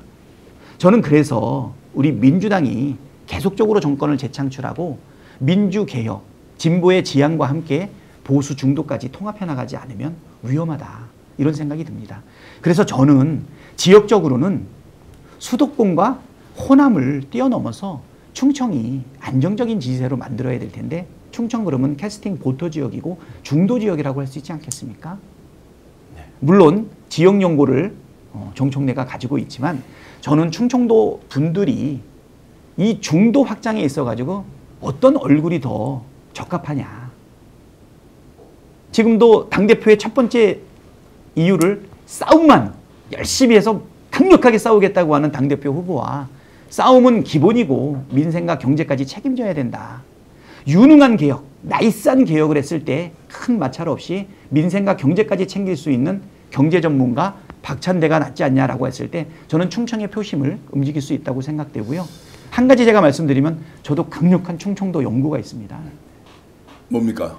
우리 형수님이 충청도입니다. 와. 그래서 제가 강력하게 얘기합니다. 충청의 시동생 야, 박찬대입니다. 충청의 시동생이다. 이렇게 댓글로 많은 분들이 의견 주시고 뭐 압도적으로 지금 박찬대 우리 찬대 박찬대 당찬대 이렇게 해야 된다고 말씀 주시는데 제가 우스개로 질문 하나 드리겠습니다. 댓글 중에 이렇게 올라왔습니다.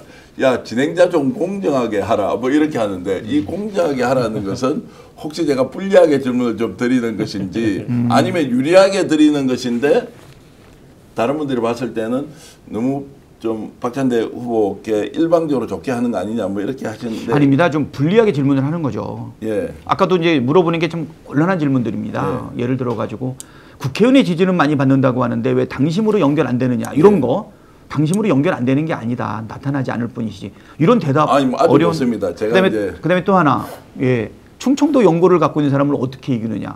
그런데 왜 좋게 들리냐면 위기의 질문을 제가 기회로 잡아서 답변을 잘하니까 유리하게 혹시 이끄시나 이렇게 오해하는 것 같습니다. 실제로 제가 박찬대 의원님을 주목한 지난 4, 5년 동안 저희 이제 방송을 하니까 텍스트 분석을 해요. 쫙 말씀하신 거를 이제 문서로 놓고 보거든요. 근데 비문이 없어. 네? 비문이 없어요. 이렇게 막 말하는 표현 건데요. 얘기, 말씀을 뭐 계속 이렇게 플루언트하게 쫙 이어서 하시는데 이걸 글로 보면은 문장이 완성도가 높아요. 비문 버릴 문장이 없어. 예. 그렇습니까? 되게 치밀하게 사고하고 정밀하게 말씀하시는 분인데 항상 이렇게 말씀하시는 거 보면 오늘도 댓글 보니까 말씀 정말 잘하신다라고 하는데 그냥 말만 잘하는 게 아니라 대받아치는 말씀도 아주 스무스하게 잘하세요. 그러니까 되게 웃으면서 얘기하는데 실제로 박찬대 대표 후보의 페이스에 말려가는 거야. 이게 제일 무서운 사람이에요, 이런 사람이. 실제로 웃으면서 얘기해도 다 이렇게 실제로 설득당하는 거거든요. 그래서 야, 이 박찬대라고 하는 정치인의 강점이 이런 거구나. 그런 것들을 다시 한번 제가 한번 느끼면서 말씀 나누고 있는데 실제로 남은 시간이 이제 3주란 말이에요. 넉넉하지 않은 뭐 대한민국의 다이나믹스에서 보면은 뭐 3주면은 뭐 하나 뭐 만들어낼 수도 있습니다만 그리 넉넉지 않은 시간일 수도 있는데 이런 박찬대의 매력 장기 투쟁성과 동시에 뭐 경제를 잡는 그런 능력 이런 것도 어떻게 보여줄 계획이세요? 사실은 6월 23일 날 출마 선언을 했는데 사실 조금 더 늦출까 하는 생각도 사실은 있었는데요. 왜 그랬냐면 그때까지 출마가 예상되거나 확언한 사람은 우리 상대 정청래 후보님밖에 없었습니다. 우리 동료 의원들이 계속적으로 사실은 질문을 받는 거죠. 나 이번에 당대표 나가는데 도와줘. 근데 이게 단수 후보거든요. 상당히 대답에 부담이 있지 않겠습니까? 여러 사람이 있으면 튕기기도 하고 광도 팔 텐데 딱 한 명의 후보 아닙니까? 야, 나밖에 없어 후보가. 근데 너 도와줄 거야 말 거야? 그럼 도와준다고 하면 사실 그걸 번복하기는 상당히 어려워요. 그래서 제가 지금 고민하고 있던 중에 빨리 출마 선언을 먼저 해야 되겠다 싶어서 빠르게 한 게 6월 23일입니다. 그리고 나서 이제 아직 20일도 안 지났잖아요. 남아있는 시간도 아직 21일 정도밖에 안 남았거든요. 사실 밥 먹을 시간도 잠잘 시간도 솔직히 화장실 갈 시간도 굉장히 모자랍니다. 지금 최선을 다하고 있고요. 네. 지금 아직 전화도 돌려야지. 그다음에 또 이렇게 방송도 나와야지. 저 원내대표 하면서 방송 나오라고 하는 요청이 얼마나 많았겠습니까? 근데 저는 물어보면 솔직하게 대답하는 편이에요. 원내 전략이 누설될 수 있기 때문에 그래서 사실 방송을 1년 동안 거의 나가지 않았고요. 지금은 오히려 좀 죄송하죠. 사심을 가지고 나가는 거 아니겠습니까? 부족한 부분을 채우기 위해서 스픽스도 나오고. 그래서 제가 약속드리겠습니다. 당대표가 되면 그러면 보다 대외 활동을 많이 하고 언론하고 많이 접촉하겠다. 원내 전략은 우리 김병기 원내대표님께 다 위임하고 사실 저도 그렇게 존중을 받았거든요. 우리 당대표였던 이재명 대통령께서 정말 저한테 어떤 지시도 내리질 않으셨어요. 기다렸습니다. 많은 분들이 그분을 말 잘하고 스마트하고 추진력 있고 그다음에 카리스마 넘쳐서 끌고 간다고 사람들을 생각할 수 있는데 제가 지난 3년 동안 최고위원을 같이 하면서 느꼈던 것은 정말 인내력 있게 경청합니다. 몸을 기울여서 정말 들어요. 그리고 스스로 결론이 날 때까지 만약에 듀데이트가 아직 남아있다면 충분히 인내하면서 기다리거든요. 제가 그분의 뜻을 좇기 위해서 내 뜻을 버린 적이 한두 번밖에 안 되는 것 같아요. 그리고 또 그분이 저 때문에 또 양보한 부분도 꽤 많이 있어요. 그래서 아까 원팀 그랬을 때 네. 일방적으로 한쪽으로 절대 쏠리지 않습니다. 네. 서로가 존중하면서 서로 상생하고 서로 채워나가는 그런 단계라고 생각이 됩니다. 지금 이번에 출마로 따지면 당대표 출마하는 것이 인생에서 총 몇 번째입니까? 원내대표도 출마하셨고 그전에 출마 많이 하셨지 않습니까? 일단은 저는 그 지역위원장이 될 때까지 한 10번 정도 실패했던 거예요. 10번 정도 실패했고 이게 그러면 한 몇 번째면? 그 다음부터는 계속 어려운 싸움이지만 다 이겨냈던 것 같아요. 예. 지금 이 당대표 선거도 내가 이기는 게 쉽지 않죠. 왜냐면 6월 23일부터 8월 2일까지라고 해야 딱 40일 정도밖에 안 되거든요. 몇 번째입니까 지금 이게? 이 도전이요. 그러면 그 이전에는 빼고 16대 도전. 예, 예. 어쨌든 정치인으로 입문하고 나서 지금 도전이 선출로 되는 거는 선출로 되는 것은 첫 번째 도전은 2012년 19대 총선 도전 실패. 예. 그리고 그 이후에 지역위원장 도전 실패. 그리고 나서 둘 다 컷오프가 됐어요. 예. 경쟁력이 떨어져서 경선을 할 필요가 없다. 이렇게 혹독한 보고서를 받았거든요. 그거는 사실 당내에 아마 결론을 내려놓고 이렇게 했던 것 같고요. 그리고 지금 우리 지역구인 황우여 지역구에 지역위원장을 내정받고 지역을 더 어려운 쪽으로 옮겼는데 지역위원장이 내정돼서 조강택이 하는 그날 바로 또 안철수가 우리랑 합당을 하는 바람에 지분통합이 돼가지고 4구지구당 인선을 전부 중지시켰습니다. 그때 한번 또 실패를 했고요. 그리고 나서 그때 송영길 우리 대표가 인천시장 재선을 도전하면서 지역위원장이라고 생각하고 열심히 선거를 도와라 했는데 이분이 6월 4일 날 떨어집니다. 뭐 이런 과정들을 다 거쳐가지고 험난한 길을 걷다가 2014년 11월 28일 날 연수구의 지역위원장으로 임명을 받습니다. 그리고 1년 6개월 뒤에 당선이 됐던 거니까요. 그래서 한 번도 저는 지웠던 도전이 없습니다. 우리 연수구에서 초선, 재선, 3선이 다 붙기가 어려웠던 거고요. 특히 이번에 3선 때도 최고위원인데도 불구하고 여론조사 결과 제가 크게 지는 거로 자꾸 나오니까 그때 이제 많은 유튜버들이 출연을 요청을 했는데 갈 시간이 없어가지고 전화 인터뷰했던 기억이 나거든요. 항상 극적으로 이겼고 믿음대로 내가 이 길이 옳다고 생각해서 갔기 때문에 한 번도 쉽지 않은 선거는 없었다. 이번 당대표 선거도 마찬가지다. 하지만 나는 지지 않을 것이다. 자, 그래서 한 10번 정도 된다고 보고요. 네. 지금 몇 번째로 어렵습니까? 이번 당대표 선거가 몇 번째 정도로 어렵습니까? 가장 어렵습니까? 아니면 가장 어려운 것은 아니다. 어떻게 지금 생각하세요? 가장 어려웠던 것은 2016년 20대였던 것 같아요. 예, 예. 그때 214표 차이였으니까 우리랑 꼴등으로 붙었으니까 예. 그때가 제일 어려웠던 것 같고요. 그다음에 재선할 때는 코로나 덕을 좀 봤던 것 같아요. 3선할 때도 3선할 때하고 지금하고 좀 비슷한 것 같습니다. 총으로는 이번에 당대표 될 것 같습니까? 네, 저는 될 것 같습니다. 될 것 같습니까? 네. 혹시 사모님은 뭐라고 하세요?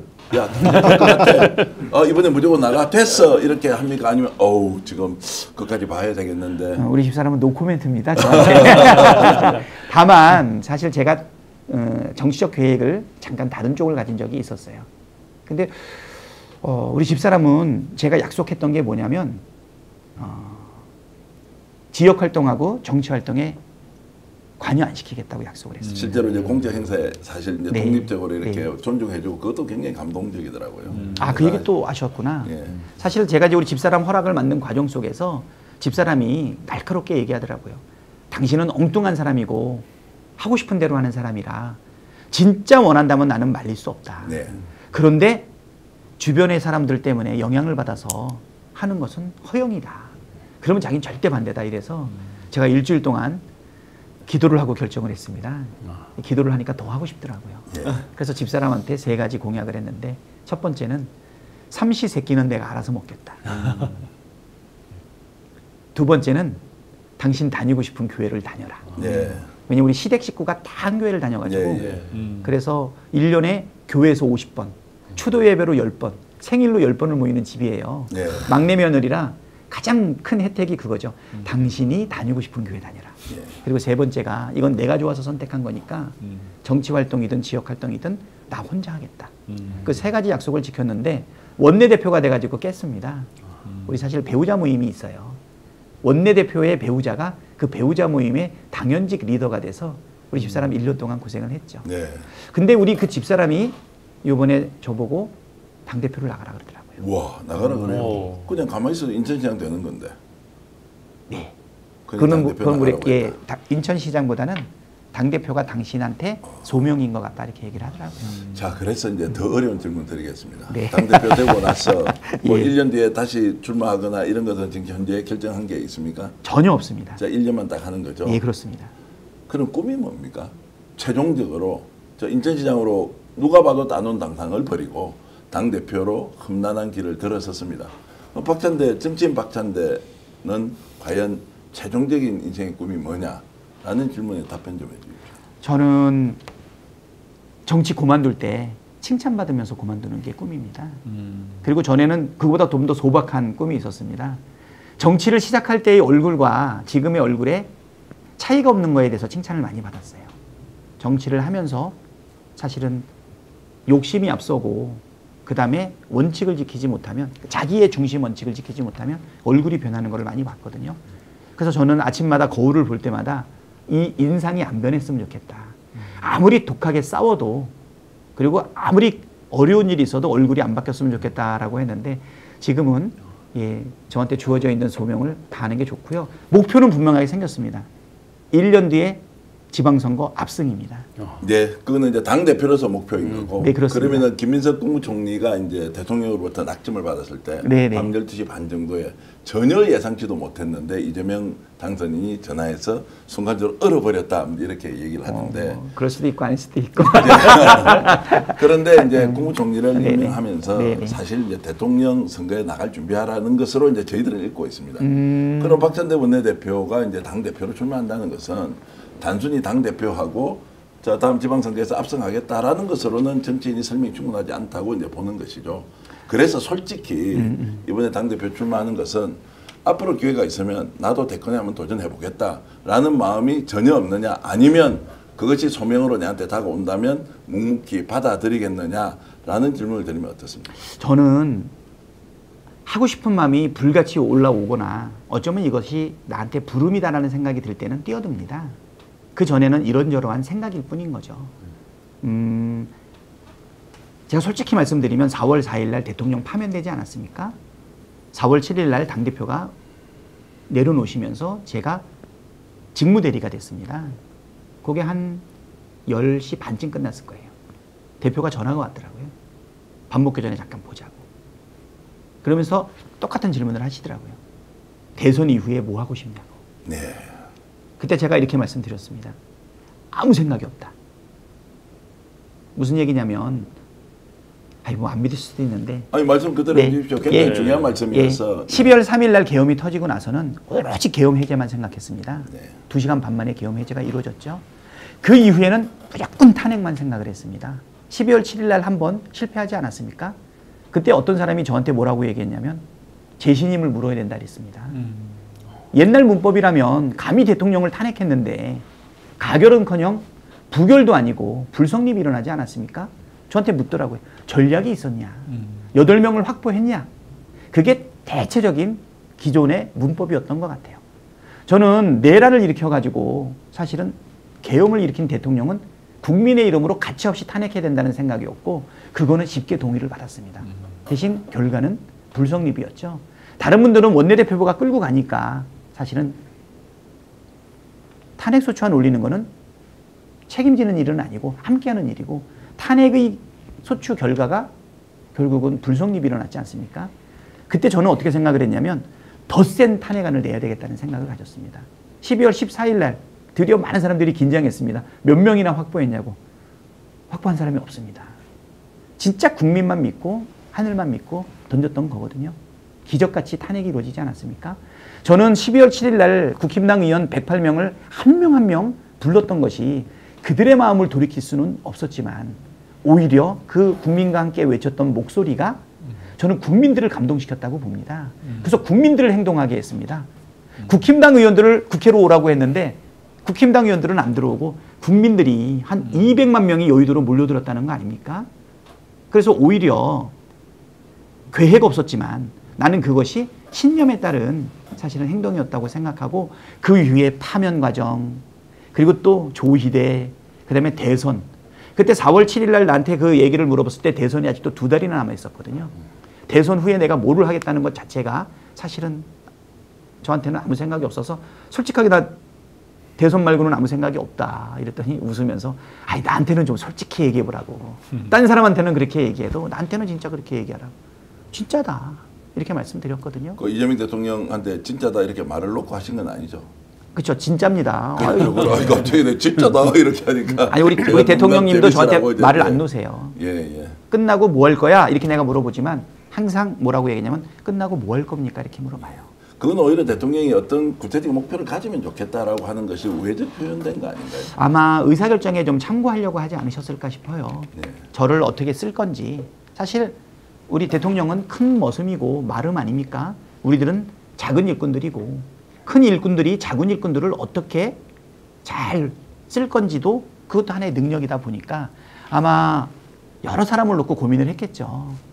조각도 해야 되고 그런 계획들이 그래도 마음속에 있으셨겠죠. 인수위 없이 당선 즉시 일해야 되기 때문에 정말 많이 고민했던 것 같아요. 뭐 이런 거 얘기해도 대통령님께 혼날지 모르겠는데 6월 3일 대선인데 이틀 전 6월 1일이나 돼서 이제 속 얘기를 하시더라고요. 저한테 김민석을 총리로 세워야 되겠다고 얘기를 하시더라고요. 근데 그 말씀을 김민석 후보한테 의원한테 얘기 전달했습니까? 조금 짐작은 했어요. 내부에 돌아가는 분위기는 이제 워낙 대통령님과 그 주변의 측근들하고는 저하고는 진짜 친하거든요. 그 내용을 그럼 김민석 의원도 알고는 있었네요. 이틀 전쯤에는. 김민석 최고의 쓰임새는 저는 당대표 또는 1년 뒤에 서울시장 또는 국무총리까지 다 가능하다고 저는 생각을 했었습니다. 마지막까지 고민을 하다가 사실 당대표 쪽으로 김민석 총리가 좀 준비를 하지 않았나 우리는 그렇게 생각을 했거든요. 네네. 왜 그러냐면 국무총리 또는 비서실장 이런 것은 그냥 인사권자의 그냥 선택에만 달려있는 거 아닙니까? 그리고 서울시장은 1년 뒤에 일이고 그럼 본인이 노력해가지고 준비할 수 있는 것은 사실은 당대표라고 보이죠. 그래서 저는 이 대선 과정 속에서도 김민석 우리 총리님과 정청래 대표님은 당대표를 마음에 둔 행보들은 있었을 수 있다 이렇게 생각이 되고요. 저는 전혀 없었습니다. 그래서 그때 알았죠. 그때 비서실장은 누구를 세우겠다, 총리는 누구를 세우겠다. 나 이런 얘기 해도 되나? 아니 그런 거 말씀을 좀 하셔서 뭐 몇 분이라도 이 방송 보시는 분들이 그래도 박현대 후보에 대해서 잘 모르는 분 또 진면목을 확실히 저희들이 아는 것 같고 제가 이제 인터뷰도 쭉 보고 했지만 오늘 말씀드리면서 참 이재명 대통령도 복이 많으신 분이다 이런 분을 발굴해서 최초에 이제 원내대표 내세울 때는 야 왜 갑자기 박전대 의원이 원내대표야 라고 이제 여의도 정치문부 보면 약간 의아해한 게 있었거든요. 사실 그때 내가 원내대표를 하겠다고 자원한 처음입니다. 네. 사실 21년에 내가 수석 대변인이 됐는데 큰 신뢰를 받았던 거는 뭐냐면 저의 성실함이나 아니면 좀 진정성 있는 마음 이런 것도 있겠지만 그분은 친소관계로 인사하시는 분이 아니에요. 철저하게 실용적으로 능력으로 합니다. 그래서 큰 정치하는 분은 다르구나. 사람들하고의 인연도 귀하게 생각하고 그리고 또 그 사람의 공헌도에 대한 적절한 보상도 당연히 하겠지만 능력을 꼭 봅니다. 그래서 제가 인정받았던 것은 공교롭게 회계사 출신으로 민간 투자 사업이라든가 프로젝트 파이낸싱에 제가 좀 많이 전문성을 가지고 있었거든요.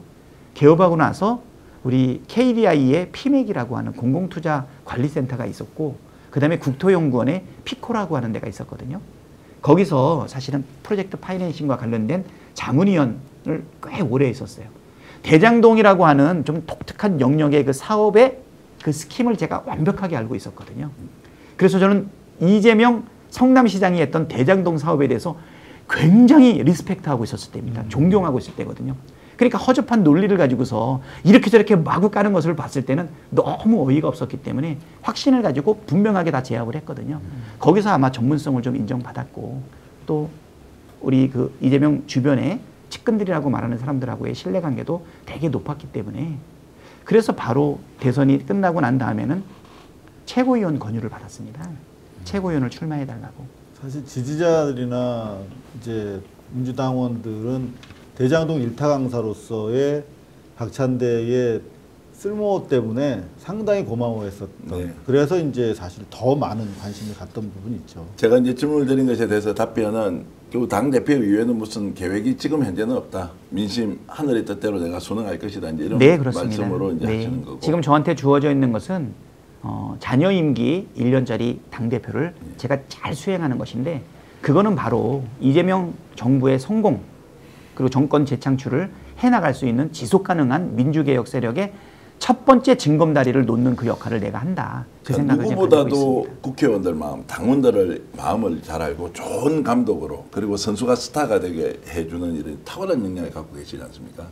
그럼 그런 관점에서 보면 지금 이재명 대통령은 박찬대 원내대표가 어떤 정치인이 되면 좋겠다 또는 어떤 지위까지 올라가면 좋겠다를 역지사지 너무 잘하시니까요. 이재명 대통령은 지금 박찬대 원내대표가 어떤 인물까지 올라가면 좋겠다고 기대하고 있을까요? 우리 대통령께서는 대안을 준비하시는 분인 것 같습니다. 자기 뒤에 누가 국민들의 선택을 받을 수 있는 역량 있는 후보가 될 건지를 아마 고민하지 않을까 싶으시거든요. 아마 정말 국민의 관점에서 어떤 사람이 정치적으로 성장할 건지 아마 그 후보군들을 아마 보고 있을 거라고 생각합니다. 네. 어쩌면 제가 거기 낄 수도 있겠죠. 하지만 친소관계로 결정하는 분은 아니고요. 늘 얘기하시는 게 그거였어요. 실력과 실적으로 검증된 사람을 쓰려고 합니다. 그 부분이 나는 훌륭하다고 보고요. 그래서 요번에 8월 2일에 있을 전당대회에서 당대표는 명심이 어디 있느냐, 개혁과제를 누가 잘 수행하느냐, 그거는 나는 상대 후보하고 저하고는 상당한 부분 유의미한 차이를 발생하지 않을 것이다. 그러면 무엇이 필요하느냐, 정말 내란을 완전하게 종식하고 화끈하게 싸우겠다는 거, 그거는 기본이고 국민들이 원하는 삶의 질을 바꾸는 이재명 정부, 민생 회복하는 경제 성장, 이런 부분들이 나는 유능하고 나이스한 개혁에 다 들어가 있다고 보거든요. 우리가 상법을 이번에 완벽하지는 않지만 한 4가지 항목 정도는 확실하게 관철하지 않았습니까? 자본시장과 우리 개미 투자자들한테 상당한 신뢰감을 줬죠. 지금 2,600에서 3,100까지 올라가는 이 상승률은 세계 증시 1등이라고 얘기를 하고 있어요. 이거를 더 뒷받침해 줘야 되겠죠. 그래서 저는 그 부분에 대해서 또 다행인 게 회계사 출신 아닙니까? 경제 전문가라고 조심스럽게 얘기할 수 있죠. 그래서 저는 오히려 유능하고 나이스한 개혁 안에 당연히 따라오는 사실은 경제, 민생, 통합이 같이 이루어질 수 있다라고 보이고요. 중도 확장의 얼굴, 그리고 극우 세력으로 전락한 국힘당이 포기한 그 영역들, 충청도, 강원도, 영남, TK까지도 우리가 확장해 나가야 된다. 그래야 5년 뒤에 그래도 덜 불안하게, 덜 불확실하게 정권 재창출을 해나갈 수 있지 않겠냐. 첫 번째 징검다리는 내가 놓겠다. 그 다음 징검다리는 누가 놓을지 그때 가서 또 선택을 받아야 되지 않겠습니까? 솔직한 심정입니다. 최종적인 꿈은 뭡니까? 그래, 정치인 이제 한 5년, 10년 뒤에 어떤 위치에 가 계신 겁니까? 내일 일은 남 몰라요가 분명한 제가 좋아하는 찬송가입니다. 정말로 열렬하게 이렇게 국민 여러분께 진심을 담아서 실력으로, 역량으로 사실 좋은 태도, 그리고 국민들이 바라는 이상적인 정치인의 모습 오늘 본 것 같아서 정말로 박수를 한번 꼭 드리고 싶어요.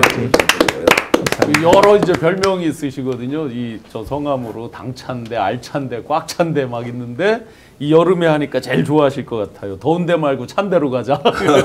지지자들이 많이 이렇게 제가 SNS에 인터뷰하면서 올리고 있습니다. 예, 이제 이런 느낌이 좀 들었습니다. 이제 지금 민주당에 있는 이제 115만 명 권리 당원들이 대통령을 위해서 헌신하는 1년 동안의 박찬대 의원 모습, 그건 뭔가 2% 부족한 거 아니냐.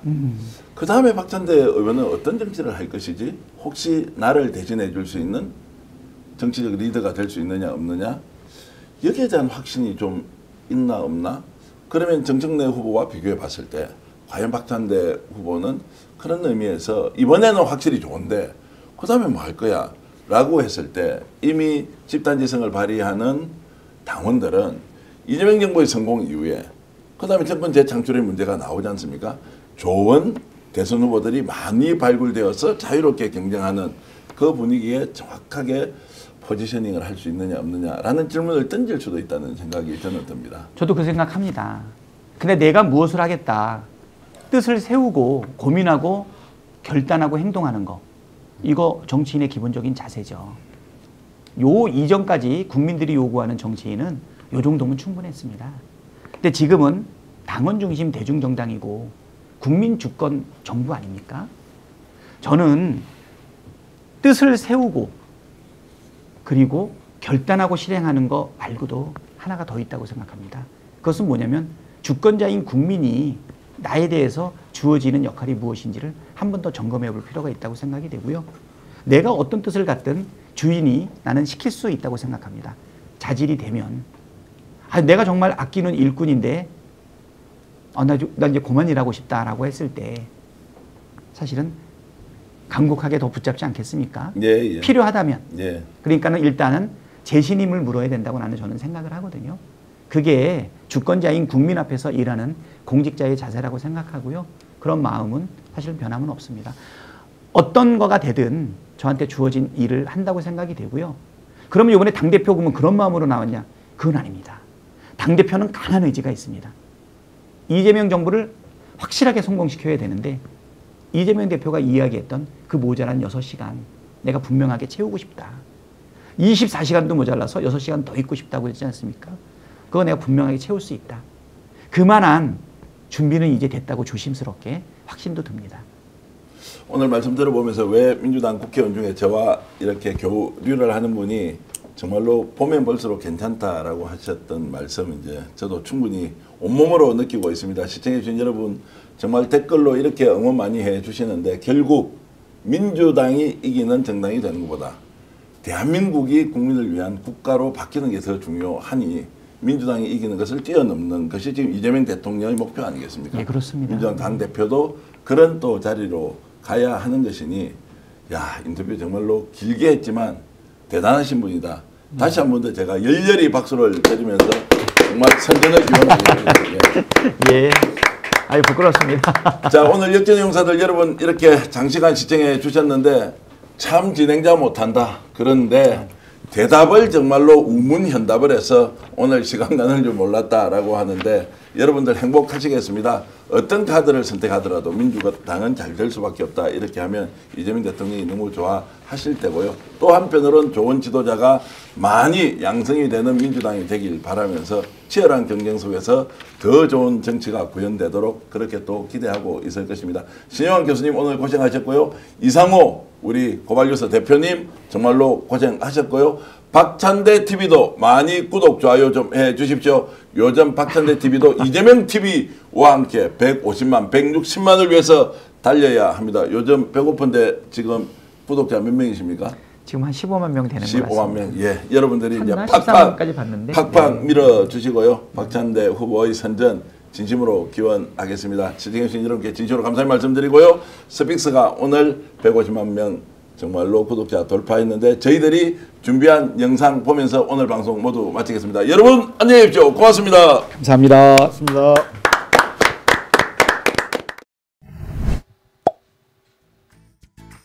연일 폭염입니다. 어젯밤 잘 지내셨습니까? 오늘 여러분들이 시원하게 주무실 수 있는 강력한 냉감 제품 소개해드리러 왔습니다.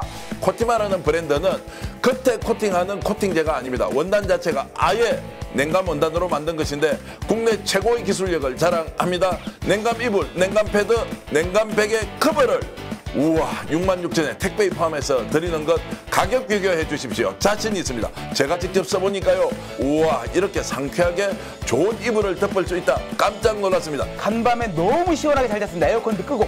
슈퍼 싱글 사이즈라서 넉넉합니다. 스픽스가 여러분들께 혜택 드리려고 공장과 아예 만들었습니다.